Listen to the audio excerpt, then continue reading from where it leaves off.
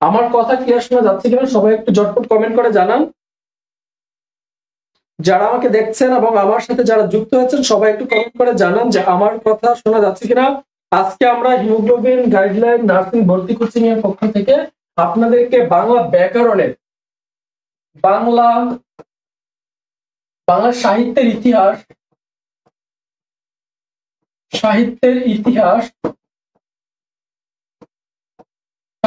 ইতিহাস প্লাস বাংলা ব্যাকরণ এবং তার সাথে বিগত বছরের এমসিকিউ সমাধান করা। সবাই একটু ঝটপট ক্লাসটা শেয়ার করে দেন। আর সর্বোচ্চ শেয়ারকারীর জন্য কিন্তু আজকে ক্লাসের উপহার আছে। আজকের ক্লাসের উপহার হচ্ছে প্রায় 1200 অধিক এমসিকিউ নিয়ে আপনাদের জন্য একটি পিডিএফ সাজেশন দেওয়া হবে, এমসিকিউ সাজেশন দেওয়া হবে, যে জায়গায় আপনার মডেল টেস্ট, বিগত বছরের সকল মডেল টেস্ট এবং সম্ভাব্য প্রশ্ন নিয়ে কিন্তু এই মডেল টেস্টটা সাজানো। আর এটা সম্পূর্ণ আপনাদেরকে ফ্রিতে দেওয়া হবে। এবং যে শিক্ষার্থী সবচেয়ে বেশি শেয়ার করবে, সেই শিক্ষার্থীকে কিন্তু আমাদের আজকের এই সাজেশন বা মডেল টেস্ট যে সাজেশনটা আছে এটা কুরিয়ারের মাধ্যমে আপনার ঠিকানায় পাঠিয়ে দেওয়া হবে। একই সাথে ওএমআর শিট দিয়ে আপনি যে বিদ্যুৎ করবেন সেই ওএমআর শিটও কিন্তু আপনাকে কুরিয়ারে পাঠিয়ে দেওয়া হবে। তো যারা যুক্ত আছেন সবাই একটু বন্ধুদেরকে শেয়ার করেন এবং মেনশন করে দেন, দ্রুত মেনশন করে দেন। সবাইকে নিয়ে আমরা একসাথে ক্লাসটা উপভোগ করবো ইনশাল্লাহ। সবাই একটু ক্লাসটা শেয়ার করে দেন এবং মেনশন করে দেন। আমরা 1 মিনিটের মধ্যে ক্লাসটা শুরু করবো ইনশাল্লাহ। সবাই লিখছে ক্লিয়ার সুস্মিতা। আজকে কিন্তু ব্যাকরণ সাহিত্য দুইটা অংশ থেকে আপনাদের ক্লাস হবে। তো যারা যুক্ত আছেন সবাই একটু বন্ধুদেরকে মেনশন করে দেন এবং কে কোথা থেকে আজকে ক্লাসে যুক্ত আছেন, কে কোথা থেকে, আপনার নিজ জেলার নামটা একটু কমেন্ট করে জানাবেন। কোন জেলা থেকে আমাদের ক্লাস আজকে যুক্ত আছেন আপনার জেলার নামটা একটু অবশ্যই কমেন্ট করে জানাবেন। অবশ্যই আপনার জেলার নামটা জানাবেন। এমএসপি পূর্ণিমা লিখেছে আসসালামু আলাইকুম ভাই। ওয়ালাইকুম আসসালাম। সুস্মিতা লিখেছে ক্লিয়ার। আলিয়া লিখেছে ক্লিয়ার। নাজনীন মিম লিখেছে ক্লিয়ার। নাজনীন মিম লিখেছে আসসালামু আলাইকুম। ওয়ালাইকুম আসসালাম। তো যারা আমাদের সাথে যুক্ত হচ্ছে সবাইকে অসংখ্য ধন্যবাদ। তোমরা একটু সবাই একটু বন্ধুদেরকে ক্লাসটা শেয়ার করে দিবা। ভাইয়া আপনি কেমন আছেন? ময়মনসিংহ থেকে যুক্ত আছে, চিটাগাং থেকে যুক্ত আছে, সিরাজগঞ্জ থেকে এমএসপি সাথী, সিরাজগঞ্জ থেকে ঋতু আছে, বগুড়া থেকে। নাফিয়া আঞ্জুম লিখেছে আসসালামু আলাইকুম। রিপা লিখেছে আসসালামু আলাইকুম। অনন্তা লিখেছে কেমন আছেন ভাইয়া? আছি আলহামদুলিল্লাহ ভালো। সুনামগঞ্জ থেকে আসসালামু আলাইকুম লিখেছে। ওয়ালাইকুম আসসালাম। সবার সালাম একসাথে গ্রহণ করছি। তো আমরা প্রথমে আলোচনা করবো বাংলা সাহিত্যের ইতিহাস নিয়ে। আমাদের সাধারণত এই বাংলা সাহিত্যের ইতিহাসটা সবার জানা হয়ে থাকে না, সবার পড়াও হয় না, কারণ এটা আমাদের এইচএস সিলেবাসের অন্তর্ভুক্ত নয়। এর জন্য আমাদের অনেকেই এই টপিকসটা সম্পর্কে খুব বেশি অনীহা এবং জানা হয় না। কিন্তু আজকে ক্লাসে আমি জাস্ট যেগুলো গুরুত্বপূর্ণ, যে জায়গাটা একদম গুরুত্বপূর্ণ না জানলেই নয় সেই জায়গাগুলো আপনাদেরকে পরিচয় করে দিব। দেখেন বাংলা সাহিত্যের ইতিহাস যদি আমরা শিখতে চাই, প্রথমে আসে যে বাংলা সাহিত্যের যুগ কয়টি, কয়টা যুগ আছে। বাংলা সাহিত্যের যুগ হচ্ছে 3টা। কয়টা? 3টি। বাংলা সাহিত্যের যুগ কয়টি? 3টি। এই জায়গা থেকে কিন্তু আপনাদের নার্সিং বলেন, এডমিশন বলেন, সব জায়গায় কিন্তু আপনাদের পরীক্ষা প্রশ্ন আসে। তো বাংলা সাহিত্যের যুগ কয়টা? বাংলা সাহিত্যের যুগ হচ্ছে 3টা। 1 নম্বরে যদি আমি বলি সেটাকে বলা হয় প্রাচীন যুগ বা আদি যুগ। প্রাচীন যুগ বা আদি যুগ। প্রাচীন যুগ বা কি যুগ? আদি যুগ। সবাই একটু লিখেন প্রাচীন যুগ বা আদি যুগ। বাংলা সাহিত্যের ইতিহাস কয়টা ভাগে ভাগ করা হয়েছে? 3টা ভাগে ভাগ করা হয়েছে। 1 নম্বর হচ্ছে প্রাচীন যুগ বা আদি যুগ। 2 নম্বরে লিখবেন মধ্যযুগ। 2 নম্বরে লিখবেন মধ্যযুগ। 2 নম্বরে লিখবেন মধ্যযুগ। এবং 3 নম্বরে লিখবেন আমাদের বর্তমান সময়ে যে সাহিত্যের যুগটা আছে সেটাকে বলি আমরা আধুনিক যুগ। যেটাকে আমরা বলি মডার্ন যুগ বা মডার্ন পিরিয়ড আমরা যেটাকে বলি। তাহলে দেখেন আমরা বাংলা সাহিত্যের যুগ কয়টা বললাম? বাংলা সাহিত্যের যুগ হচ্ছে কয়টা? 3টা। বাংলা সাহিত্যের যুগ কয়টা? বাংলা সাহিত্যের যুগ হচ্ছে 3টা। বাংলা সাহিত্যের যুগ কয়টা? বাংলা সাহিত্যের যুগ হচ্ছে 3টা। সবাই একটু আমাকে ঝটপট কমেন্ট করে জানুন বাংলা সাহিত্যের যুগ আমরা কয়টা জানলাম? 3টা। আপনি কি কেউ বলতে পারবেন যে প্রাচীন যুগের এই সময়কালটা কখন? প্রাচীন যুগের সময়কালটা হচ্ছে 650 থেকে 1200 খ্রিস্টাব্দ পর্যন্ত। 650 থেকে 1200 খ্রিস্টাব্দ পর্যন্ত হচ্ছে বাংলা সাহিত্যের প্রাচীন যুগ। বাংলা সাহিত্যের প্রাচীন যুগ কখন? 650 থেকে 1200 খ্রিস্টাব্দ। এই সময়টাকে বলা হয় প্রাচীন যুগ। এরপর আমরা আসি মধ্যযুগ। এই মধ্যযুগে হচ্ছে 1201 থেকে 1800 পর্যন্ত, 1800 খ্রিস্টাব্দ পর্যন্ত হচ্ছে বাংলা সাহিত্যের মধ্যযুগ। আর আধুনিক যুগ কোনটা? আধুনিক যুগ হচ্ছে 1801 থেকে বর্তমান সময় পর্যন্ত হচ্ছে বাংলা সাহিত্যের আধুনিক যুগ। এখন কথা হচ্ছে ভাইয়া, আমরা যে পরীক্ষার প্রশ্ন আসে যে বাংলা সাহিত্যের অন্ধকার যুগ বলা হয় কোন সময়টাকে, আমরা একটু লিখে রাখতে পারি বা সাইড নোট লিখে রাখতে পারি। বাংলা সাহিত্যের এই মধ্যযুগের প্রথম 150 বছরকে বলা হয় অন্ধকার যুগ। তাহলে লিখে রাখতে পারি অন্ধকার যুগ কয়টা? অন্ধকার খন্দকার যুগ হচ্ছে বাংলা সাহিত্যের প্রথম মধ্যযুগের প্রথম 150 বছর, তার মানে হচ্ছে 1201 থেকে 1350। 1201 থেকে 1350 পর্যন্ত বাংলা সাহিত্যের অন্ধকার যুগ। পরীক্ষা এই প্রশ্নটা আসে, বাংলা সাহিত্যের অন্ধকার যুগ বলা হয় কখন? বাংলা সাহিত্যের অন্ধকার যুগ বলা হয় 1201 থেকে 1350 পর্যন্ত, এই সময়টাকে বলা হয় বাংলা সাহিত্যের অন্ধকার যুগ। বাংলা সাহিত্যের কোন যুগ? বাংলা সাহিত্যের অন্ধকার যুগ। তারা আমাকে সবাই একটু জানান, সবাই একটু আমাকে ঝটপট কমেন্ট করে জানান যে বাংলা সাহিত্যের অন্ধকার যুগ কখন? বাংলা সাহিত্যের অন্ধকার যুগ কখন? সবাই কমেন্ট করবেন, সবার কমেন্ট আমি দেখতে চাই। সবাই কমেন্ট করে জানান বাংলা সাহিত্যের অন্ধকার যুগ কখন? আধুনিক যুগ। এই তিনটা যুগ থেকে তোমাদের কিন্তু পরীক্ষার প্রশ্ন আসে। নার্সিং যারা ভর্তি পরীক্ষা দিবা বা ডিপ্লোমা যারা পরীক্ষা দিবা তাদের কিন্তু এই জায়গা থেকে প্রশ্ন আসে যে বাংলা সাহিত্যের প্রাচীন যুগ সময়কাল কত? প্রাচীন যুগের সময়কাল হবে 650 থেকে 12। মধ্যযুগ হচ্ছে 1201 থেকে 1850 এবং 1801 থেকে বর্তমান পর্যন্ত হচ্ছে আমাদের আধুনিক যুগ। আধুনিক যুগ। বরিশাল থেকে যুক্ত আছে আমাদের সাথে আফরিন। Good, thank you.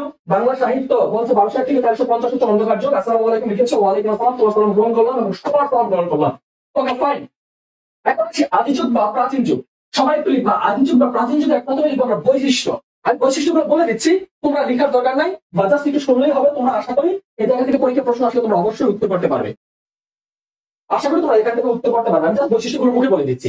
দেখো, প্রাচীন যুগের সাথে আমাদের সম্পর্ক হচ্ছে, বাংলা সাহিত্যের প্রাচীন যুগের কথা বললে আমরা বুঝি বাংলা সাহিত্যের প্রাচীন যুগের সাথে সম্পর্ক আছে কার? চর্যাপদের। কার আছে সম্পর্ক? চর্যাপদ নামে একটা আমাদের গ্রন্থ আছে, এটা হচ্ছে আমাদের বাংলা সাহিত্যের প্রাচীনতম গ্রন্থ। এই চর্যাপদ গ্রন্থটি কোন আকারে লেখা? এই চর্যাপদ গ্রন্থটি কাব্য আকারে লেখা। কাব্য আকারে লেখা। বাংলা সাহিত্যের এই সময়টাতে কিভাবে রচনা হতো? কাব্য আকারে রচনা হতো। তো আমরা একটু খেয়াল করি, এই চর্যাপদ গ্রন্থটি হচ্ছে সহজিয়া বৌদ্ধ ধর্মাবলম্বীদের একটি কাব্য গ্রন্থ বা ধর্মীয় গ্রন্থ। এটা কাদের? সহজিয়া বৌদ্ধ ধর্মাবলম্বীদের একটি রচনা গ্রন্থ বা তাদের একটি ধর্মীয় গ্রন্থ। তাহলে একটু খেয়াল করতে হবে আমাদেরকে, মধ্যযুগে বা আমাদের প্রাচীন যুগে কি কেন্দ্রিক সাহিত্য রচনা হয়েছে? ধর্মকেন্দ্রিক সাহিত্য রচনা হয়েছে। ইভেন এই চর্যাপদ গ্রন্থটিতে আমরা যদি খেয়াল করি তাহলে দেখবো এটা মানবের জন্যই রচনা হয়েছে। আমরা জানি এই চর্যাপদ গ্রন্থের অর্থ হচ্ছে যা কোনটি করণীয়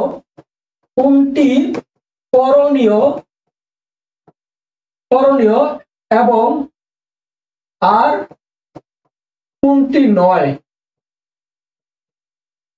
একটু খেয়াল করি, এটার অর্থ হচ্ছে কোন কাজটা আপনি করতে পারবেন আর কোন কাজটা করতে পারবেন না। তাহলে চর্যাপদ আমরা যদি বলি বাংলা সাহিত্যের প্রাচীন যুগের অন্যতম নিদর্শন বা একমাত্র নিদর্শন যদি বলি, তাহলে সেটা হচ্ছে চর্যাপদ। চর্যাপদ কোন ভাষায় রচনা হয়েছিল? চর্যাপদ রচনা হয়েছিল কাব্য আকারে। তাহলে পরীক্ষার প্রশ্ন আসে, বাংলা সাহিত্যের প্রাচীনতম ধাপ কোনটি বা বাংলা সাহিত্য রচনা হতো আগে কোন ভাবে, কিভাবে রচনা হতো?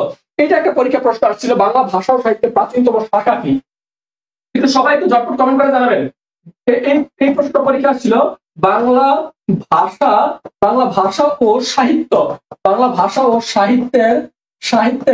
প্রাচীনতম শাখা কি? একটু কথাগুলো একটু খেয়াল রাখবেন, না হয় কিন্তু ভুল করবেন। বাংলা সাহিত্য প্রাচীনতম শাখা, নট কাব্য। বলতে শাখা কি? যদি বলা হয় প্রশ্ন আসে শাখা, তাহলে আপনার রাইট অ্যান্সার হবে কাব্য, কারণ কাব্য আকারে লেখা হতো। কি হবে? রাইট অ্যান্সার হবে কাব্য। রাইট অ্যান্সার কি হবে? কাব্য। যদি এই শাখা মালিকে বলে বাংলা ভাষা ও সাহিত্যের প্রাচীনতম নিদর্শন কি, জাস্ট এই জায়গায় লিখলাম আমি নিদর্শন। তাহলে আমি যদি একই প্রশ্ন জাস্ট দুইটা লাইন আমি ঘুরাই দিলাম, কিন্তু উত্তর কিন্তু পরিবর্তন হয়ে যাবে। বাংলা ভাষা ও সাহিত্যের প্রাচীনতম শাখা হচ্ছে কাব্য। যদি বলা হয় বাংলা ভাষা সাহিত্যের নিদর্শন কি, নিদর্শন বললেই হয়ে যাবে, উত্তর হবে চর্যাপদ বা চর্যা বিনিশ্চয়। তাহলে বাংলা সাহিত্য প্রাচীনতম শাখা কি? চর্যাপদ। তাহলে বাংলা সাহিত্যের প্রাচীনতম শাখা কি? চর্যাপদ। এই চর্যাপদের আরো একটা নাম ছিল, নামটা কি? চর্য বিনিশ্চয়। আপনি কান দিয়ে শুনে রাখেন, আশা করি পরীক্ষা আসলে আপনার এই শোনাতেই কাজ হবে। আর আদারওয়াইজ আমি যেগুলো লেখাচ্ছি এগুলো ভালোভাবে নোট করেন এবং বন্ধুদেরকে শেয়ার করেন, বেশি শেয়ার করেন। আজকের ক্লাস যে সবচেয়ে বেশি শেয়ার করবে, আমাদের মডারেটর টিম কিন্তু আপনাদের পর্যবেক্ষণে আছে, যে সবচেয়ে বেশি শেয়ার করবে তাকে বিনামূল্যে, সর্বোচ্চ শেয়ারকারীর মধ্যে প্রথম একজনকে আমরা বিনামূল্যে আমাদের সাজেশন, আমাদের যে এক্সাম শিট আপনাদেরকে কুরিয়ার করে, হার্ড কপি সুন্দরবন কুরিয়ারের মাধ্যমে কুরিয়ার করে আপনার ঠিকানায় পৌঁছায় দেওয়া হবে। এবং আপনি যে পরীক্ষা দেবেন, ওএমআর শিট পরীক্ষার হলে যেভাবে পরীক্ষা দেন এরকম ওএমআর শিট সহ আপনাকে সুন্দরবন কুরিয়ার মাধ্যমে আপনার ঠিকানায় পৌঁছে দেওয়া হবে। বুঝতে পেরেছেন? আর যারা এমনিতে শেয়ার করবে তাদেরকে হতাশ করছে না, তাদেরকে পিডিএফ দেওয়া হবে আমাদের আজকের ক্লাসের সাজেশন এবং বাংলা আপনি পূর্ণাঙ্গ প্রস্তুতির জন্য শেষ সময় নার্সিং এর সেরা সাজেশনটি আপনাকে পিডিএফ আকারে দিয়ে দেওয়া হবে। তাহলে যারা শেয়ার করবে তার প্রত্যেকের জন্য কিন্তু আজকের ক্লাসে উপহার রয়েছে। হরপ্রসাদ শাস্ত্রী, হরপ্রসাদ শাস্ত্রী, হরপ্রসাদ শাস্ত্রী নেপালের রাজ দরবারের গ্রন্থাগার থেকে কোথা থেকে আবিষ্কার করছে? হরপ্রসাদ শাস্ত্রী আবিষ্কার করছে কত সালে? 1907 সালে। 1907 সালে কোথা থেকে আবিষ্কার করছে? নেপালের রাজ দরবার থেকে। নেপালের রাজ দরবার থেকে। নেপালের রাজ দরবারের নাম কি? নেপালের রাজ দরবারের রয়্যাল লাইব্রেরি থেকে। নেপালের লিখে রাখতে পারেন রাজ গ্রন্থাগার থেকে। রাজ গ্রন্থাগার লাইব্রেরিটার নাম ছিল রয়্যাল লাইব্রেরি। এত ডিটেলস লাগবে না আপনার। কোথা থেকে আবিষ্কার হয়েছে এটা জানলে আপনার মোটামুটি হয়ে যাবে। নেপালের রাজ গ্রন্থাগার থেকে। গ্রন্থাগার থেকে কত সালে আবিষ্কার করে? 1907 সালে আবিষ্কার করে। লাইব্রেরিটার নাম ছিল শাস্ত্রী আবিষ্কার করেছেন। ডক্টর হরপ্রসাদ শাস্ত্রী এই গ্রন্থটি আবিষ্কার করেছিলেন।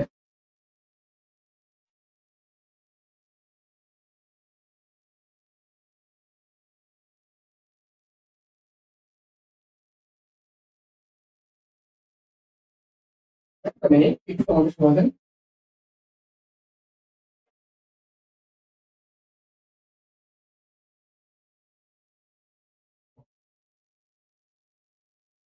ওকে, এরপর আসি এই যে গ্রন্থটা আবিষ্কার করতে, এই গ্রন্থটা প্রকাশ করা লাগবে না। হরপ্রসাদ শাস্ত্রী ঢাকা বিশ্ববিদ্যালয়ের বাংলা বিভাগের অধ্যাপক ছিলেন। তিনি কি করেছেন? বিভাগীয় প্রধান ছিলেন। তিনি কি করেছেন? নেপালে ভ্রমণ করেছে এই গ্রন্থটা আবিষ্কার করার জন্য। বেশ কয়েকবার ভ্রমণ করেছে। তিনি আরো 4টা গ্রন্থ সহ এই চর্যাপদ গ্রন্থটা তিনি প্রকাশ করেন কত সালে? মানে বই আবিষ্কার করছে মানে পাইছে না ছাপাইছে, করে ছাপাইছে বা প্রকাশ করছে। একটু খেয়াল করেন, হরপ্রসাদ শাস্ত্রী নিজস্ব সম্পাদনায় বঙ্গীয় সাহিত্য পরিষদ থেকে। একটু লিখবেন বঙ্গীয়। অনেকের কাছে মনে হতে পারে ততগুলো অনেক জটিল হয়ে যাচ্ছে, কিন্তু এই জায়গা থেকে প্রশ্ন একটা প্রশ্ন অবশ্যই আসে।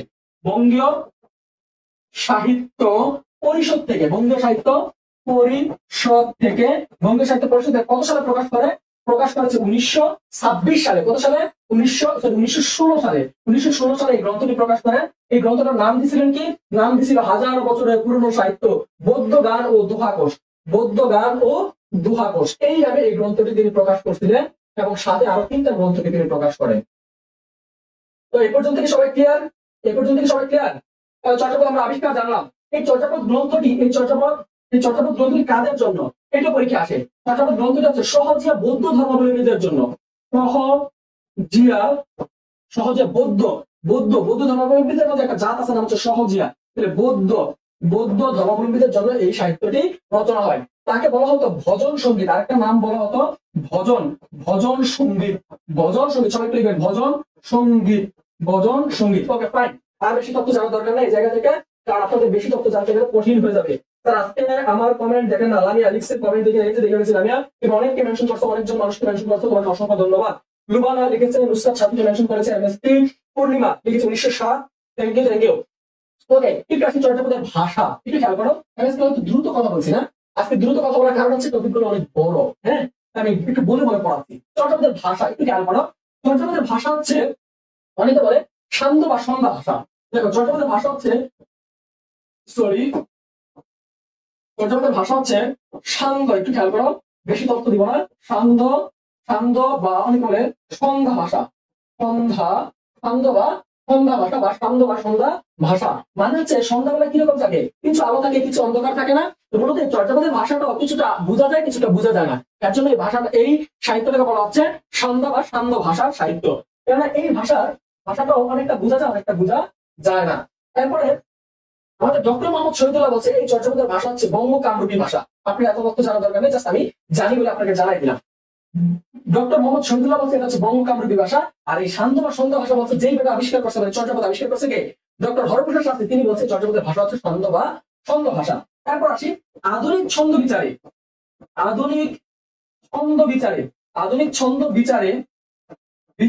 চর্যাপদ কোন ছন্দে রচিত? আধুনিক ছন্দ বিচারে চর্যাপদ কোন ছন্দে রচিত? সবাই তো আমাদের কমেন্ট করে জানাবেন আধুনিক ছন্দ বিচারে চর্যাপদ কোন ছন্দে রচিত? আধুনিক ছন্দ বিচারে চর্যাপদ কোন ছন্দে রচিত? আধুনিক ছন্দ বিচারে চর্যাপদ কোন ছন্দে রচিত? আধুনিক ছন্দ বিচারে চর্যাপদ কোন ছন্দে রচিত? এরপর একটা তথ্য লিখবেন, চর্যাপদের পদগুলোকে পদের পদগুলোকে চর্যাপদের পদগুলোকে টিকা আকারে টিকার সাহায্যে প্রকাশ করেন মুনি দত্ত। প্রকাশ করছে কে? মুনি দত্ত। কে প্রকাশ করছে? নাম হচ্ছে মুনি দত্ত। তাহলে চর্যাপদ থেকে আর তেমন খুব বেশি গুরুত্বপূর্ণ আপনি তথ্য না জানলেও চলবে। এছাড়া আপনাকে জানতে হবে চর্যাপদের পদ সংখ্যা কয়টা, জাস্ট এই কয়েকটা তথ্য জানলে আশা করি জানতে কখন আসবে। ওকে, চর্যাপদের ছন্দ বিচারে কোন ছন্দ রচিত? তোমাকে কলকাতা বানাই। চর্যাপদের ছন্দ বিচারে, আমাদের আধুনিক সমাজের ছন্দ বিচারে চর্যাপদ হচ্ছে মাত্রাবৃত্ত ছন্দে রচিত। চর্যাপদ কোন ছন্দে রচিত? মাত্রাবৃত্ত ছন্দে রচিত। চর্যাপদ হচ্ছে মাত্রাবৃত্ত ছন্দে রচিত। কোন ছন্দে রচিত? মাত্রাবৃত্ত ছন্দে রচিত। চর্যাপদ কোন রচিত? আধুনিক ছন্দ বিচারে চর্যাপদ হচ্ছে মাত্রাবৃত্ত ছন্দে রচিত। Good, very good. বাংলা সাহিত্য তুমি কমেন্ট করছো মাত্রাবৃত্ত ছন্দ। ওকে, ফাইন। এরপরে চর্যাপদের পদ সংখ্যা। চর্যাপদের পদ কয়টা পাইছিল? কিছু পদ কিছু পৃষ্ঠা হারাই গেছে, অনেক পুরাতন সাহিত্য, কিছু পেজ নষ্ট হয়ে গেছে। কিছু পৃষ্ঠা নষ্ট হয়ে যাওয়ার পর লিখো একটু, কিছু পৃষ্ঠা নষ্ট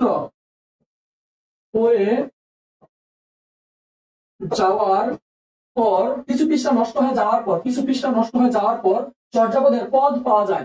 চর্যাপদের পদ সংখ্যা পাওয়া যায় কয়টা? পদ সংখ্যা কয়টা পাইছে? 46.5টা। মানে 46টা পাই, আরো হাফ পাইছে। লিখতে পারি আমরা 46.5টি মানে হচ্ছে 46 দিয়ে যেটা হচ্ছে হাফ, মানে 46.5টি পদ পাওয়া গেছে। তাহলে চর্যাপদের পদ সংখ্যা কয়টা পাইছি আমরা? 46টা পদ পাইছি। এর মধ্যে পদ পাইলে কোনটা? আমরা 23 নং পদ পাওয়া যায় নাই। 23 নং পদটা কি? একেবারেই পাওয়া যায় নাই। একেবারে কি করছে? 23 নং পদটি পাওয়া গেছে খণ্ডিত আকারে। 23 নং পদটি পাওয়া গেছিল কেমন ভাবে? খণ্ডিত আকারে। 23 নং পদটি পাওয়া যায় খণ্ডিত আকারে। আর পাওয়া যায় হচ্ছে 24, 25 এবং 48 নং পদ পাওয়া যায়নি। 23 নং পদটি খণ্ডিত আকারে পাওয়া যায়। আর পদ পাওয়া যায়নি কোন পদ? 3টা পদ পাওয়া যায়নি, 24, 25 এবং 48 নং পদ পাওয়া যায়নি। তাহলে পদ পাওয়া যায়নি কি? পদ পাওয়া যায়নি। এটা কিসের ক্লাস? এটা হচ্ছে এই ক্লাসের টপিক হচ্ছে এখন এটা বাংলা ব্যাকরণের ফুল ডিটেলস আজকে ক্লাসে পড়াবো। এই ক্লাসটা হচ্ছে হিমোগ্লোবিন গাইডলাইন নার্সিং ভর্তি কোচিং এর পক্ষ থেকে আজকে বাংলা ব্যাকরণের ফুল সাজেশন মূলক একটা ক্লাস, একদম শুরু থেকে শেষ পর্যন্ত আজকে পড়ানো হবে। ম্যারাথন একটা ক্লাস, লম্বা ক্লাস, সবাই একটু ধৈর্য ধরে থাকলে আশা করি উপকৃত হবা। ওকে, ফাইন। আর আজকে ক্লাসে বেশি বেশি শেয়ার করলে উপহার আছে, প্রত্যেকের ঠিকানায় কুরিয়ার করে উপহার পাঠিয়ে দেওয়া হবে। তাহলে দেখো কোন পদ পাওয়া যায়নি? পদ পাওয়া যায়নি 24, 25 এবং 48 নং পদ পাওয়া যায়নি। 23 নং পদটা পাওয়া গেছে কেমন ভাবে? 23 নং পদটি পাওয়া গেছে খণ্ডিত আকারে। সবাই কি ক্লিয়ার? তানিয়া আক্তার, মনিকা লিখেছে আসসালামু আলাইকুম। ওয়ালাইকুম আসসালাম। তোমার সালাম গ্রহণ করছি। তো আমাদের মোট চর্যাপদের পদ সংখ্যা কয়টা? মোট পদ সংখ্যা ডক্টর মোহাম্মদ শহীদুল্লাহর মত হচ্ছে 50টি, আর ডক্টর সুকুমার সেনের মত হচ্ছে পদ সংখ্যা হচ্ছে 51টি। আপনি পরীক্ষায় কোনটা উত্তর করবেন? এই দুইটার মধ্যে যেটা থাকবে সেটাই উত্তর করবেন। ডক্টর মোহাম্মদ শহীদুল্লাহ বলছে 50টা আর ডক্টর সুকুমার সেন বলছে 51টা। ঠিক আছে? এরপরে যদি আরো বেশি কঠিন প্রশ্ন করে তাহলে প্রশ্ন করবে কি? চর্যাপদের সর্বোচ্চ পদ রচনা করছে কে? চর্যাপদের সর্বোচ্চ পদ রচনা করছে কানহুপা। চর্যাপদের সর্বোচ্চ পদ রচনা করছে কানহুপা। কানহুপা 13টা পদ রচনা করছে। আর দ্বিতীয় সর্বোচ্চ পদ রচনা করছে ভুসুকুপা। তিনি রচনা করছে 8টি পদ রচনা করছে। এর বেশি তথ্য দিব না, দিলে মাথা ভারী হয়ে যাবে। ঠিক আছে? আরো ডিটেলস করবা? ওকে, এর বেশি কঠিন তোমাদের প্রশ্ন আসে না, তো এর বেশি প্রশ্ন কঠিন জটিল প্রশ্ন করে মাথা নষ্ট করার দরকার নাই। আর অনেকে আমাকে বলতে পারো ভাই এই ভুসুকু পা, তারপর হচ্ছে কানহুপা, এই পা গুলো কেন ভাই? পা গুলো হচ্ছে এখন যারা কবিতা লিখে তাদেরকে কি বলে? কবি বলে। যারা কথা সাহিত্য লিখে তাদেরকে কি বলে? কথা সাহিত্যিক বলে। যারা উপন্যাস রচনা করে তাদেরকে ঔপন্যাসিক বলে, তাই না? যারা নাটক রচনা করে তাদেরকে নাট্যকার বলে। আর যারা আগে পদ রচনা করতো, চর্যাপদের পদ রচনা করতো, তাদেরকে সম্মান সূচক ভাবে পা বলা হতো। কি বলা হতো? নামের শেষে পা বলা হতো। নামের শেষে কি বলা হতো? পা বলা হতো।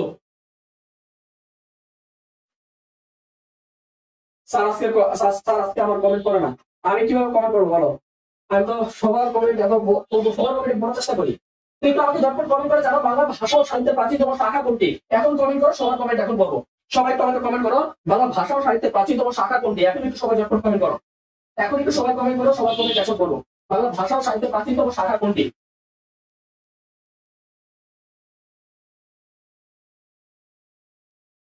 এখন একটু সবাই কমেন্ট করো, সবার কমেন্ট করবো এখন। বাংলা ভাষা ও সাহিত্যের প্রাচীনতম শাখা কোনটি? একটু আগে পড়াইছি, ঝটপট কমেন্ট করো সবাই।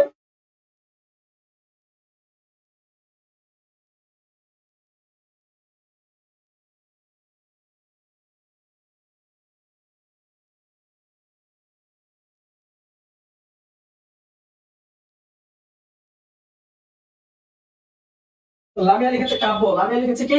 কাব্য। লামিয়া লিখেছে কাব্য, বাংলা সাহিত্য লিখেছে কাব্য। ইয়াসমিন লিখেছে A1C, তারপর হচ্ছে MD টুর লিখেছে সি, মায়াপরি লিখেছে সি, আর তাহফা আক্তার লিখেছে সি।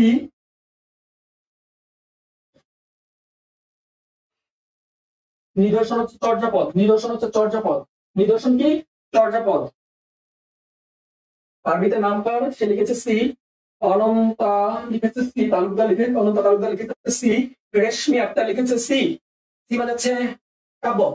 ওকে, বাংলা সাহিত্যের প্রাচীনতম শাখা কি?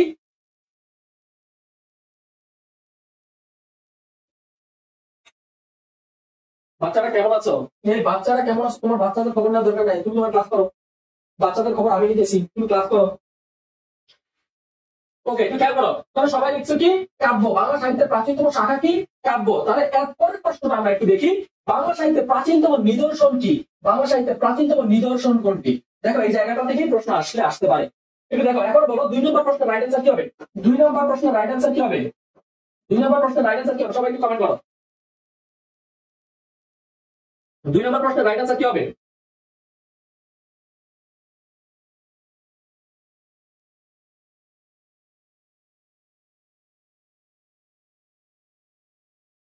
কি হবে বলো? দেখো, শ্রীকৃষ্ণ বিজয় নামে কোনো কাব্যগ্রন্থ নাই। আপনি কি শ্রীকৃষ্ণ কীর্তন? শ্রীকৃষ্ণ কীর্তন হচ্ছে বাংলা সাহিত্যের মধ্যযুগের অন্যতম নিদর্শন হচ্ছে শ্রীকৃষ্ণ কীর্তন। এই শ্রীকৃষ্ণ কীর্তন কাব্যগ্রন্থ মূলত হচ্ছে একক কবি রচিত বাংলা সাহিত্যের প্রথম লেখা কোনো কাব্যগ্রন্থ হচ্ছে শ্রীকৃষ্ণ কীর্তন, যেটা একজন কবি লিখছে। কয়জন কবি লিখছে? একজন কবি লিখছে, তার নাম হচ্ছে অনন্ত বড়ু বা বড়ুচণ্ডী দাস। তিনি লিখেছেন কি? শ্রীকৃষ্ণ কীর্তন। তো এই শ্রীকৃষ্ণ কীর্তন কোন যুগের? মধ্যযুগের কাব্য। তাহলে এই শ্রীকৃষ্ণ কীর্তন আমাদের হবে না। শ্রীকৃষ্ণ কীর্তন মানে শ্রীকৃষ্ণ বিজয়, এটা হবে না। শূন্য পূরণ হচ্ছে একটি মধ্যযুগের মধ্যে যে 1201 থেকে 1350, 1201 থেকে কত? 1350, এই 150 বছর, এই 150 বছরকে বলা হয় অন্ধকার যুগ। এই 150 বছরকে কি বলা হয়? অন্ধকার যুগ। এই অন্ধকার যুগে মূলত শূন্য পুরাণ, হয় মিশ্র, শেখ সুবোধা, এইরকম কাব্যগ্রন্থগুলো রচনা হয়েছিল। তাহলে দেখি আমরা বাংলা ভাষা সাহিত্যের প্রাচীনতম নিদর্শন কি? নিদর্শন হচ্ছে চর্যাপদ। সবাই কমেন্ট করেছে কি? চর্যাপদ। তাহলে বাংলা সাহিত্যের প্রাচীনতম নিদর্শন হচ্ছে চর্যাপদ। আর যদি প্রশ্নটা এরকম আসতো ভারতীয় ভারতীয় ভারতীয় ভাষার প্রাচীনতম নিদর্শন কি, তাহলে আমরা রাইট অ্যান্সার করতাম ঋগ্বেদ। ঋগ্বেদ বানানটা অনেক জায়গায় এভাবে আছে, আবার অনেক জায়গায় এভাবে আছে। ঋগ্বেদ যেটা আসে এটাই রাইট অ্যান্সার। ওকে স্যার, আমার নাম বলেন না কেন? আমি তো এটা লিখিনি। তুমি লিখো নাই? অনন্ত তালুকদার, আচ্ছা তুমি লিখো না ভাইয়া, ঠিক আছে, সরি। দেখো MCQ 3 নম্বর প্রশ্ন লিখতে দাও। চর্যাপদের সর্বোচ্চ পদ তথা 13টি পদের রচয়িতাকে। চর্যাপদের সর্বোচ্চ পদ বা 13টি পদের রচয়িতাকে সবাই একটু কমেন্ট করে জানাও। চর্যাপদের সর্বোচ্চ পদ বা 13টি পদের রচয়িতাকে সবাই একটু কমেন্ট করে জানাও। চর্যাপদের সর্বোচ্চ পদ বা 13টি পদের রচয়িতাকে। চর্যাপদের সর্বোচ্চ পদ বা 13টি পদের রচয়িতাকে একটু আগে পড়াইছি, না পারলে সবাই মার্ক দিব ধরে। সবাই একটু আমাকে জানাও, চর্যাপদের সর্বোচ্চ পদ বা 13টি পদের রচয়িতাকে।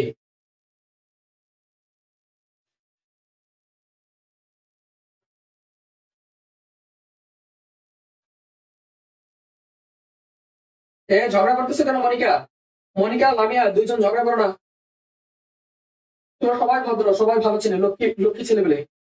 তোমরা লক্ষ্মী ছেলে মেয়েরা ঝগড়া করে না, কমেন্টে এসে ঝগড়া করে না। লিখবেন, আচ্ছা ঠিক আছে লিখবেন। এখন আমি একটু জানাও যে চর্যাপদের সর্বোচ্চ পদ, সবচেয়ে বেশি পদ লিখছে কে?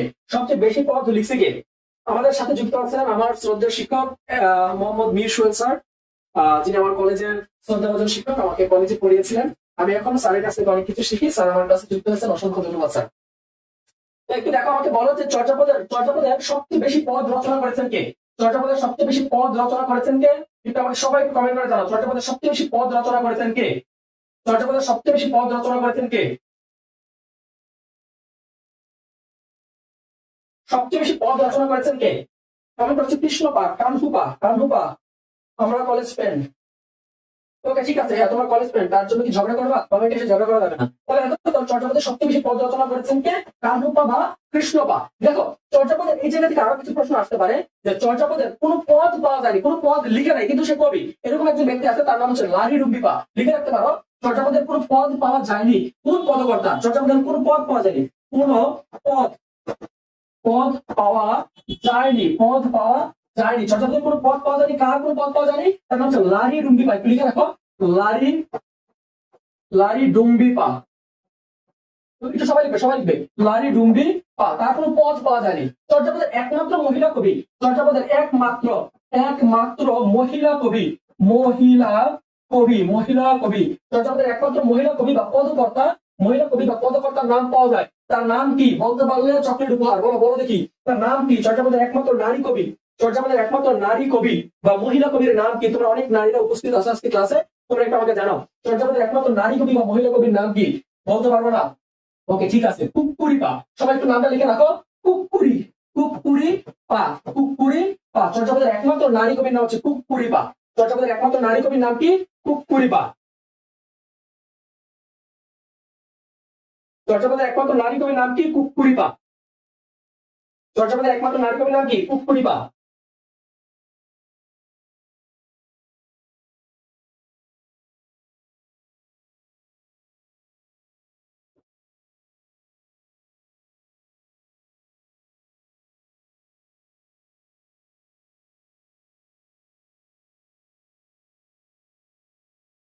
চর্যাপদের একমাত্র নারী কবির নাম কি? কুক্কুরিপা। এরপর আসি, চর্যাপদ কোন ধর্মাবলম্বীদের সাহিত্য? এটা একটু আমি ক্লাসে পড়াইছি। চর্যাপদ কোন ধর্মাবলম্বীদের সাহিত্য? চর্যাপদ কোন ধর্মাবলম্বীদের সাহিত্য? বলো, চর্যাপদ কোন ধর্মাবলম্বীদের সাহিত্য? চর্যাপদ কোন ধর্মাবলম্বীদের সাহিত্য? চর্যাপদ কোন ধর্মাবলম্বীদের সাহিত্য? চর্যাপদ কোন ধর্মাবলম্বীদের সাহিত্য? চর্যাপদ হচ্ছে সহজে বৌদ্ধ ধর্মাবলম্বীদের সাহিত্য, বৌদ্ধ ধর্মাবলম্বীদের সাহিত্য। চর্যাপদ হচ্ছে বৌদ্ধ ধর্মাবলম্বীদের সাহিত্য। সবাই ক্লিক করো, চর্যাপদ হচ্ছে বৌদ্ধ ধর্মাবলম্বীদের সাহিত্য। চর্যাপদ হচ্ছে বৌদ্ধ ধর্মাবলম্বীদের সাহিত্য। তারপর বাংলা সাহিত্যের মধ্যযুগ। বাংলা সাহিত্যের মধ্যযুগ হচ্ছে 1201 থেকে 1800 পর্যন্ত, 1201 থেকে 1800 খ্রিস্টাব্দ পর্যন্ত। 1201 থেকে 1800 খ্রিস্টাব্দ পর্যন্ত হচ্ছে বাংলা সাহিত্যের মধ্যযুগ। এই যুগটার মধ্যে প্রথম 150 বছর, প্রথম 150, প্রায় 150 বছরকে, প্রায় 150 বছরকে বলা হয় অন্ধকার যুগ। অন্ধকার যুগ বলা হয় কেন? কারণ এই যুগটা তেমন কোনো উল্লেখযোগ্য সাহিত্যকর্ম রচনা হয় নাই, ওইগুলো খুব বেশি রিচ করতে পারে নাই। ওকে, এরপর আসি বাংলা সাহিত্যের প্রথম 150 বছর অন্ধকার যুগ। মধ্যযুগের প্রথম 150 বছরকে বলা হয় অন্ধকার যুগ। আর এই জায়গা থেকে তোমার বেশি কিছু জানতে হবে না, তোমার জানতে হবে একটা, যেটা থেকে পরীক্ষায় দু একটা প্রশ্ন আসলে আসে, না আসার সম্ভাবনা সবচেয়ে বেশি। তাহলে কি জানবা চর্যাপদ মধ্যযুগের একমাত্র, মধ্যযুগের প্রথম একক কবি রচিত কাব্যগ্রন্থ, একক কবি রচিত কাব্যগ্রন্থের নাম হচ্ছে শ্রীকৃষ্ণ কীর্তন। নাম কি? শ্রীকৃষ্ণ কীর্তন। এই শ্রীকৃষ্ণ কীর্তন হচ্ছে মধ্যযুগের একমাত্র একজন কবি মিলা লিখছে। এর আগে কোথা লিখছে আমরা জানি 24 জন বা 23 জন পদকর্তা লিখছে বা কবি লিখছে, কিন্তু একমাত্র শ্রীকৃষ্ণ কীর্তনই শুরু হয়েছে যে জায়গায় একজন কবি রচিত কাব্যগ্রন্থ। এটা লিখছিল কে? এটা রচয়িতা। লিখে রাখতে পারো, রচয়িতা। এই কাব্যগ্রন্থের রচয়িতার নাম হচ্ছে বৌরুচণ্ডীদাস।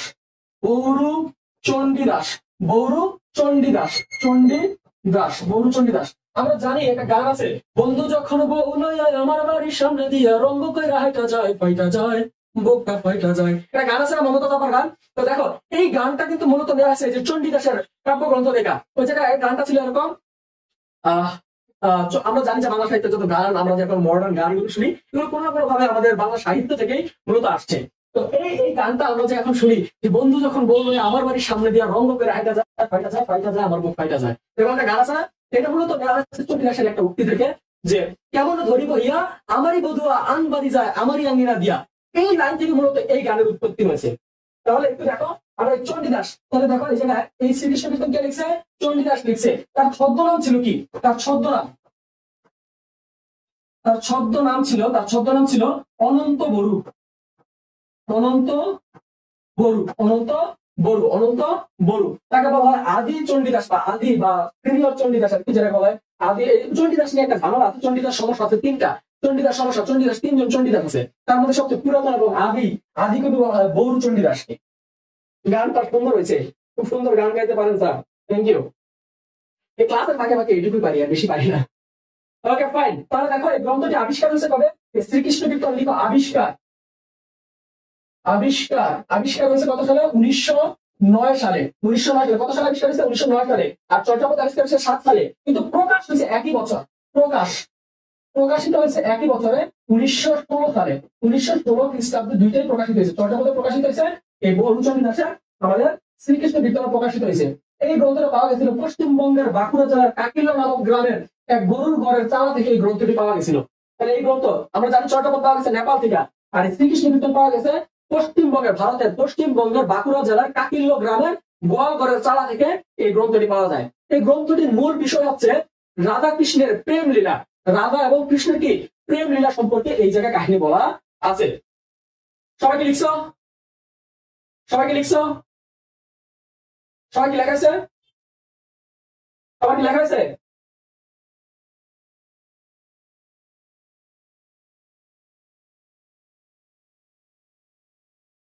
আচ্ছা, এরপরে যদি লেখা হয়, সবার যদি লেখা হয় আমাকে একটু জানাও।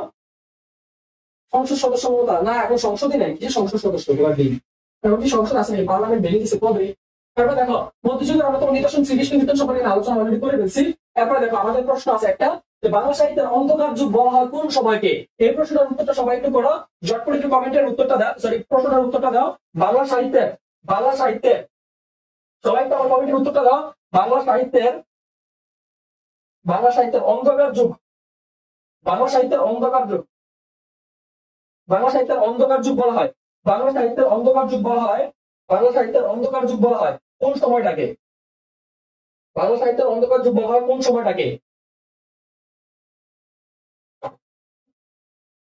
এই প্রশ্নটা রাইট অ্যান্সার কি হবে বলো দেখি? বাংলা সাহিত্যের অন্ধকার যুগ বলা হয় কোন সময়টাকে?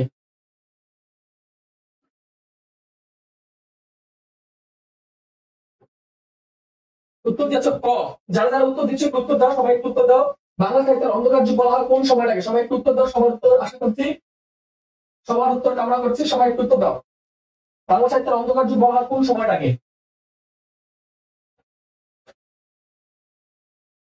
সবাই তোমাকে জানাও।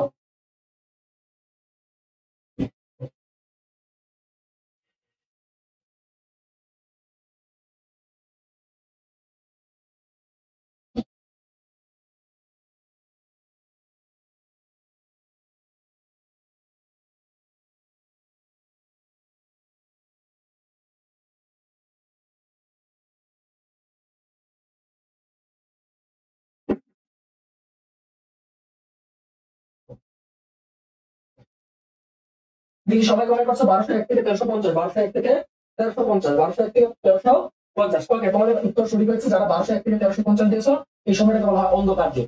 এরপর আসি বাংলা সাহিত্যের আধুনিক যুগ। এই আধুনিক যুগ থেকে তোমাদের বর্তমান সময় যেটাকে বলা হয় আধুনিক যুগ, আল্ট্রা মডার্ন সেশন বা মডার্ন সেশন। এই আধুনিক যুগে আমার অনেক ভাগ আছে, বিভিন্ন জানার দরকার নেই, 5টা ভাগ আছে। তো আমরা এটাই জানবো আধুনিক যুগ হচ্ছে মানব কেন্দ্রিক রচনা হয়েছে। আধুনিক যুগের সূচনা হয়েছে কবে একটু দেখি। আধুনিক যুগের সূচনা হয়েছে ছাপাখানা, আগে বই লেখা হতো হাতে। আধুনিক যুগের সূচনা হয় ছাপাখানার মাধ্যমে। কিসের মাধ্যমে? বই ছাপানো, মানে প্রিন্টিং প্রেসের মাধ্যমে। এই ছাপাখানা কবে তো চালু হলো? দেখো শ্রীরামপুর মিশনারিতে। কোথায়? শ্রীরামপুর আমাদের ঢাকা রামপুর না, হচ্ছে শ্রীরামপুর মিশনারি, এটা ভারতে পশ্চিমবঙ্গে। শ্রীরামপুর মিশনারিতে, সবাইকে লিখবা শ্রীরামপুর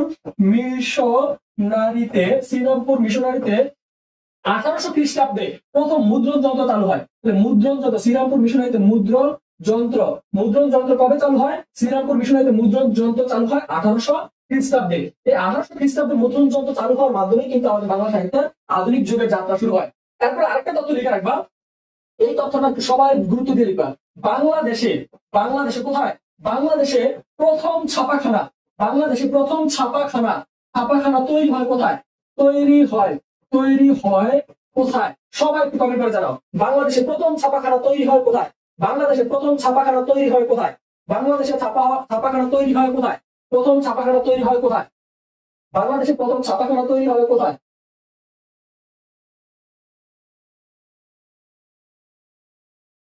বাংলাদেশে প্রথম ছাপাখানা তৈরি হয় কোথায়?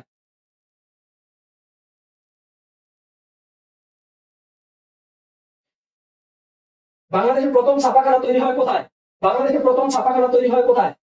বলো কোথায়? গাজীপুরে, ঢাকায়, কোথায়? লেখাগুলো বোঝা যায় না স্যার। রংপুরে, গুড, ভেরি গুড। রেশমি একটা লিখেছে রংপুরে, গুড, ভেরি গুড। বাংলাদেশের প্রথম ছাপাখানা তৈরি হয় রংপুরে। কোথায়? রংপুরে, সবাই একটু লিখো রংপুরে। প্রথম ছাপাখানা তৈরি হয় কোথায়? রংপুরে। কত সালে তৈরি হচ্ছিল বলো তো দেখি, কত সালে বলতে পারবা কেউ? 1948 খ্রিস্টাব্দের দিকে এই রংপুরে প্রথম ছাপাখানা তৈরি হয়। ক্লিয়ার? ওকে, ফাইন। এরপরে আমরা একটু চলে আসি আমাদের বাংলা ব্যাকরণ নিয়ে। বাংলা ব্যাকরণ পড়ার আগে আমরা একটু ভাষা নিয়ে আলোচনা করা উচিত। ভাষা, একটা পরীক্ষা প্রশ্ন আসে, ভাষার মূল উপাদান কি আর মূল উপকরণ কি? ভাষার মূল উপকরণ কি? ভাষার মূল উপকরণ কি? আর ভাষার মূল উপাদান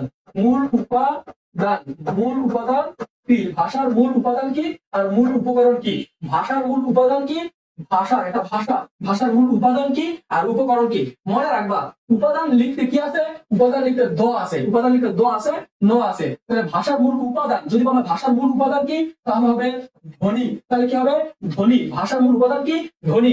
যদি ধ্বনি অপশনে না থাকে, যদি বর্ণ থাকে, তাহলে হবে বর্ণ। তাহলে ভাষার মূল উপাদান কি? ধ্বনি বা বর্ণ।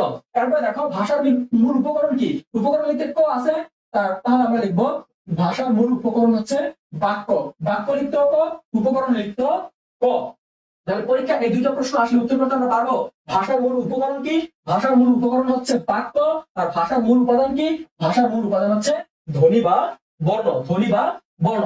এরপর আমরা একটা প্রশ্ন লিখবো, ভাষার মৌলিক উপাদান কি? ভাষার মৌলিক উপাদান। ভাষার মৌলিক উপাদান কি? ভাষার মৌলিক উপাদান হচ্ছে আবার শব্দ। ভাষার মৌলিক উপাদান হচ্ছে শব্দ। এই তিনটা জায়গা থেকে, এই তিনটা লাইন থেকে তোমাদের একটা প্রশ্ন পরীক্ষা থাকে। তাহলে একটু দেখো, ভাষার মূল উপকরণ কি? ভাষার মূল উপকরণ হচ্ছে বাক্য। ভাষার মূল উপকরণ কি? বাক্য। ভাষার মূল উপাদান কি? উপাদান হচ্ছে ধ্বনি বা বর্ণ। আর ভাষার মৌলিক উপাদান কি? শব্দ। মৌলিক উপাদান কি? শব্দ। ভাষার মূল উপকরণ বাক্য, মূল উপাদান ধ্বনি, আর মৌলিক উপকরণ হচ্ছে উপাদান হচ্ছে ধ্বনি বা শব্দ হচ্ছে মৌলিক উপাদান। সবাই একটু লিখছ? মানুষের মনের ভাব প্রকাশের মাধ্যমকে কি বলে? মানুষের মনের ভাব প্রকাশের মাধ্যমকেই বলা হয় ভাষা।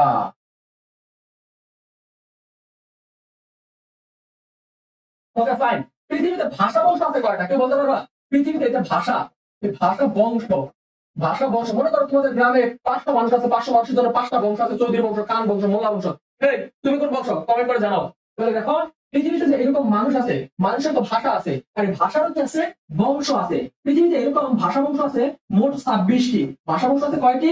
মোট 26টি। তাহলে দেখো, তুমি কোন বংশের? তোমার তো বাড়িতে মহল্লায় পাড়ায় বংশ আছে, চৌধুরী বংশ, খান বংশ, মোল্লা বংশ, তারপর হচ্ছে ব্রাহ্মণ বংশ, সরকার বংশ, এরকম অনেক বংশ আছে না? তাহলে দেখো, পৃথিবীতে যে ভাষা বংশ আছে, এই ভাষার বংশ আছে, পৃথিবীতে ভাষা আছে 7117টি। আবার মতান্তর অনেক জায়গায় মানে পৃথিবীতে ভাষা আছে প্রায় 3500-এর অধিক। আবার acknowledge language of the world এর মধ্যে 7117টি ভাষা আছে। তো যাই হোক, আমরা ধরলাম না, ওইদিকে গেলাম না। তো দেখো, পৃথিবীতে এই যে এত সংখ্যক ভাষাকে 26টা ভাষা বংশে ভাগ করা হয়েছে। তার মধ্যে আমাদের এই বাংলা ভাষা, কোন বংশের? তার মধ্যে এই আমাদের বাংলা ভাষা হচ্ছে ইন্দো ইউরোপীয় ভাষা বংশের। সবাই একটু লিখবা, ইন্দো ইউরোপীয় তাহলে কি বললাম, ইন্দো ইউরোপীয় ভাষা বংশের। তাহলে বাংলা ভাষা কোন বংশের? ইন্দো ইউরোপীয় ভাষা বংশের, ইন্দো ইউরোপীয় ভাষা বংশের, ইন্দো ইউরোপীয় ভাষা বংশের। তাহলে দেখো একটু খেয়াল করো, পৃথিবীতে ভাষা আছে কয়টা? অ্যাকনোলেজড ল্যাঙ্গুয়েজ অফ দ্য ওয়ার্ল্ডের মধ্যে 7117টি। আবার অনেকের মধ্যে আছে 3,500 অধিক। যাই হোক, যে যেই মত নাও, কোনো সমস্যা নাই। কিন্তু পৃথিবীতে ভাষা বংশ আছে কয়টা? ভাষা বংশ বংশ আছে 26টা। তার মধ্যে আমাদের এই বাংলা ভাষা কোন বংশের? বাংলা ভাষা হচ্ছে ইন্দো ইউরোপীয় ভাষা বংশের, ইন্দো ইউরোপীয় ভাষা বংশের। ক্লিয়ার? সবাইকে এ পর্যন্ত ক্লিয়ার? ক্লিয়ার? সবাইকে ক্লিয়ার? তারপর দেখো, আমাদের যে এই যে ভাষাগুলো আছে, আমাদের এই বাংলা ভাষা না, প্রত্যেকটা ভাষায় দেখো, আমি যেভাবে কথা বলছি, রংপুরের মানুষ হয়তো এভাবে কথা বলছে না, আবার বরিশালের মানুষ অন্যভাবে কথা বলছে, আবার সিলেটের মানুষ আরো একভাবে কথা বলছে, চট্টগ্রামের মানুষ আরো একভাবে কথা বলছে। এই যে অঞ্চল ভেদে ভাষার যে বৈচিত্র্য, তাকে বলা হয় উপভাষা। অঞ্চল ভেদে ভাষার যে বৈচিত্র্য, তাকে কি বলা হয়? ভাষার বৈচিত্র্যকে বলা হয় উপভাষা। তাহলে লিখতে পারো, প্রত্যেকটি ভাষারই আঞ্চলিক ভাষা আছে। কি আছে? আঞ্চলিক আঞ্চলিক ভাষা আছে। এই আঞ্চলিক ভাষার বৈচিত্র্যকে, সবাই লিখবা, বৈচিত্র্যকে বলা হয় বৈচিত্র্যকে বলা হয় উপভাষা। কি বলা হয়? উপভাষা। উপভাষা। আমার কথা সবাই বুঝলে আশা করি লিখতে পারবা। তাহলে কি বলা হয়? উপভাষা। যাকে ইংরেজিতে বলা হয় ডিএলএড। কি বলা হয়? DIALECT, ডিএলএড বলা হয়। তাহলে কি বলা হয়? ডিএলএড বলা হয়, ডিএলএড বলা হয়। তাহলে একটু দেখো, আঞ্চলিক যে বৈচিত্র্য, ভাষার যে আঞ্চলিক বৈচিত্র্য, তাকে বলা হয় কি? ডিএলএড বলা হয় বা উপভাষা বলা হয়। সবাই কি ক্লিয়ার?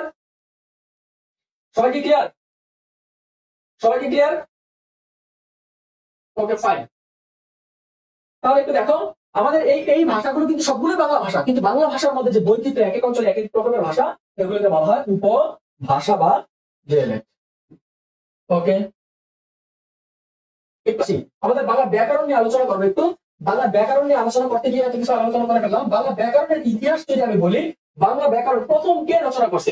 বাংলা ভাষা, দেখো, বাংলা ভাষার প্রথম ব্যাকরণ রচনা করেছেন পাদ্রি ফাদার মনোয়াল আপিস্তু সাম্পুসাও। তিনি একটা গ্রন্থ লিখছেন, নাম দিয়েছেন ভোকাবুলারি ইন ইডিওমা বেঙ্গল পর্তুগিজ। এই গ্রন্থটা তিনি রচনা করেছিলেন 1734 সালে। কত সালে?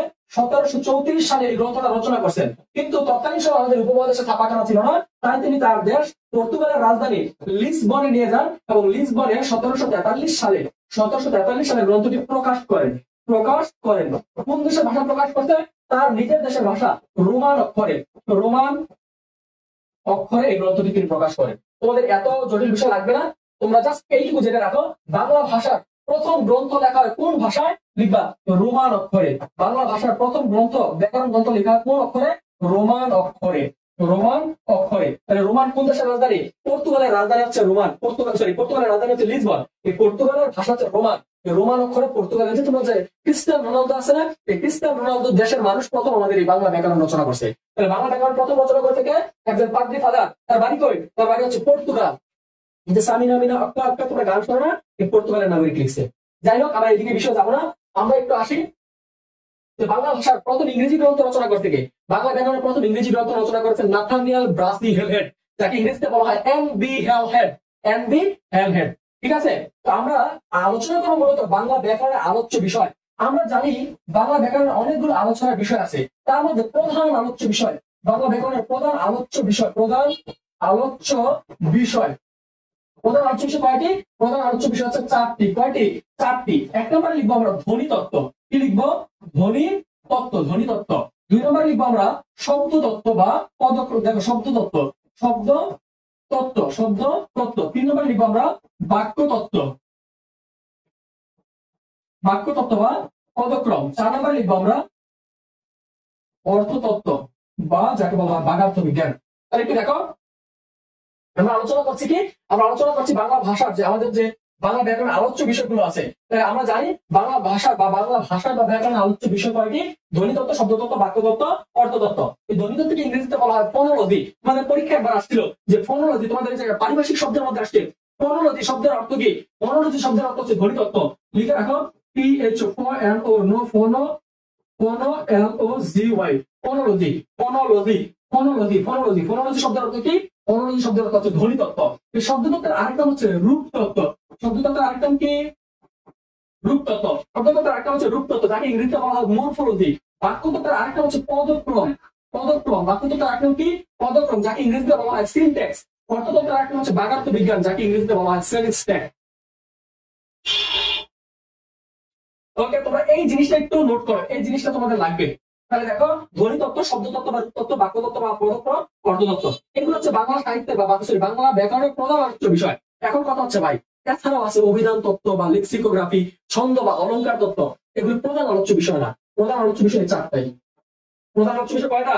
এই চারটা: ফনোলজি, মরফোলজি, সিনট্যাক্স, সেমিস্ট্যাক্স। আজকে 9টায় বাংলা ক্লাস হবে না, আজকে 9টায় বাংলা ক্লাস হবে না, আগামীকাল 9টায় হতে পারে, আগামীকাল এটা জানাই দিব। ওকে, একটু সবাই একটু দেখো, এই ক্লাসটা একটু মনোযোগ দিয়ে করো, এই ক্লাসটা সবাই একটু মনোযোগ দিয়ে করো। আজকের ক্লাসটা মূলত নেওয়া হচ্ছে, তোমাদের হিমোগ্লোবিন গাইডলাইন ভর্তি কোচিং থেকে। তো হিমোগ্লোবিন গাইডলাইন নার্সিং ভর্তি কোচিং থেকে আজকে আমাদের অনলাইন সেশনের আয়োজন করা হচ্ছে, যে ক্লাসে আমরা বাংলা ব্যাকরণ, বাংলা সাহিত্য সবকিছু ডিটেলস আলোচনা করবো। এটার মধ্যে একটা সাজেশন মূলত ক্লাস। তো যারা আমাদের সাথে যুক্ত হয়েছে, তোমরা সবাই হিমোগ্লোবিন গাইডলাইন নার্সিং কোচিং এর পক্ষ থেকে যুক্ত হয়েছে। কারণ আমরা আজকের ক্লাসে আলোচনা করব এই নার্সিং কিভাবে ভালো করা যায় এবং বাংলা ব্যাকরণ কিভাবে ভালোভাবে শেখা যায়। তো তোমরা যারা নার্সিং এর প্রস্তুতি নিতে চাচ্ছ বা নিবা ফিউচারে, তোমরা চাইলে কিন্তু এই হোয়াটসঅ্যাপ নাম্বারে যোগাযোগ করতে পারো এবং তোমরা কিন্তু তোমাদের প্রস্তুতিকে আরো এক ধাপ এগিয়ে নিতে পারো। তো যারা যারা আমাদের সাথে যুক্ত হচ্ছে, তোমরা অবশ্যই এই পেজটা একটু ফলো করে দিবা। হিমোগ্লোবিন গাইডলাইন নামে এই পেজটা সার্চ দিলে ফেসবুকে পেয়ে যাবা। তো তোমরা একটু সবাই এই পেজ থেকে যুক্ত হবা ইনশাল্লাহ।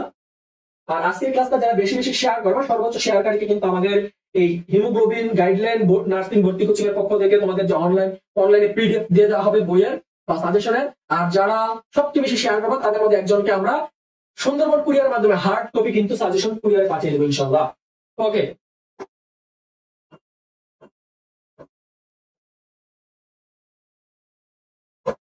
আমরা এখন আলোচনা করবো ধ্বনি ও বর্ণ নিয়ে। আমরা কি নিয়ে আলোচনা করবো এখন? বাংলা ব্যাকরণের ধ্বনি আর বর্ণ নিয়ে। ধ্বনি আর বর্ণ নিয়ে আমরা একটু আলোচনা করবো। এখন আমাকে অনেকে বলে, ভাইয়া ধ্বনি কাকে বলে? আবার অনেকে বলে আমাকে যে ভাইয়া বর্ণ কাকে বলে?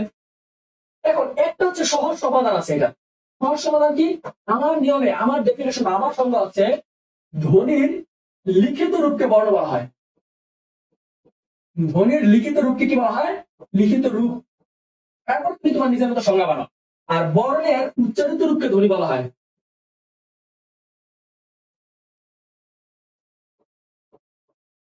বর্ণের উচ্চারিত রূপকে কি বলা হয়? বর্ণের উচ্চারিত রূপকে ধ্বনি বলা হয়। তাহলে কি বললাম? ধ্বনির লিখিত রূপকে কি বলা হবে? ধ্বনির লিখিত রূপকে বলা হবে বর্ণ, আর বর্ণের উচ্চারিত রূপকে বলা হয় ধ্বনি। এখন তোমার মতো তুমি সংজ্ঞা বানাও যে ধ্বনি কাকে বলে। মনের ভাব প্রকাশ করার জন্য যে সাংস্কৃতিক চিহ্ন ব্যবহার করা হয় তাকে বলা হয় বর্ণ। তাহলে ধ্বনি কাকে বলে? মনের ভাব প্রকাশ করার জন্য আমরা যা উচ্চারণ করি তাকে বলা হয় ধ্বনি। তুমি তারপর তোমার এক এক বই, এক এক পণ্ডিতগণ, এক এক ব্যাকরণবিদ এক এক ভাবে ডেফিনেশন দিচ্ছেন। তোমার যেটা মন চায় তুমি সেটা নিতে পারো, কিন্তু আসল কথা এটাই, মেইন কথা এটাই। তুমি একটা লিখেছে হিমোগ্লোবিন গাইডলাইনের স্টুডেন্ট। Thank you. হ্যাঁ, তুমি হিমোগ্লোবিন গাইডলাইনের স্টুডেন্ট। আশা করি আমাদের সাথে যুক্ত থাকবে শেষ পর্যন্ত। এবং ক্লাস কেমন লাগছে অবশ্যই কমেন্ট করে জানাবা। তোমরা হয়তো আমার ক্লাস আজকে প্রথম পেয়েছো, তো যারা যারা আমার ক্লাসে প্রথম বা আমার ক্লাস করছো, কেমন লাগছে ক্লাস অবশ্যই কমেন্ট করে জানাবা। এতে আমার ক্লাস নিতে আরো ইন্সপায়ার লাগবে, আরো ভালো লাগবে। একটু দেখি আমরা ধ্বনি ও বর্ণ। ধ্বনি ও বর্ণ আমরা বলছি মানুষ যা মুখে বলে তা হচ্ছে ধ্বনি, আর মানুষ যা উচ্চারণ, মানুষ যা লিখে তা হচ্ছে বর্ণ। কারণ আমরা ধ্বনিকে লিখতে গেলে সাংস্কৃতিক চিহ্ন লাগবে, বর্ণ লাগবে, তাই না? ওকে, এখন একটু আমরা দেখি আমাদের পরীক্ষায় একটা প্রশ্ন আসে, আমাদের বর্ণমালা কয়টি? লিখো, বাংলা ভাষায় পরীক্ষা আসে, বাংলা ভাষায় বর্ণমালা কয়টি? পরীক্ষায় একটা প্রশ্ন আসে, বাংলা ভাষায় বর্ণমালা কয়টি? একটু কমেন্ট করে জানো। আজানটা শেষ হয়ে একটু আজানের বিরতিতে আসি, তোমরা এর মধ্যে কমেন্ট করে দাও। ওকে, আজানের বিরতি শেষ, আজান শেষ হয়েছে। একটু খেয়াল করো, প্রশ্নটার মধ্যে একটা টুইস্ট আছে। বলছি বর্ণমালা। দেখো, অনেকগুলো মাত্রিয়া দিয়ে কিন্তু একটা মালা হয়। এই হচ্ছে মনে করো অনেকগুলো বর্ণ, তা দিয়ে হচ্ছে একটা মালা। মালা হবে একটা।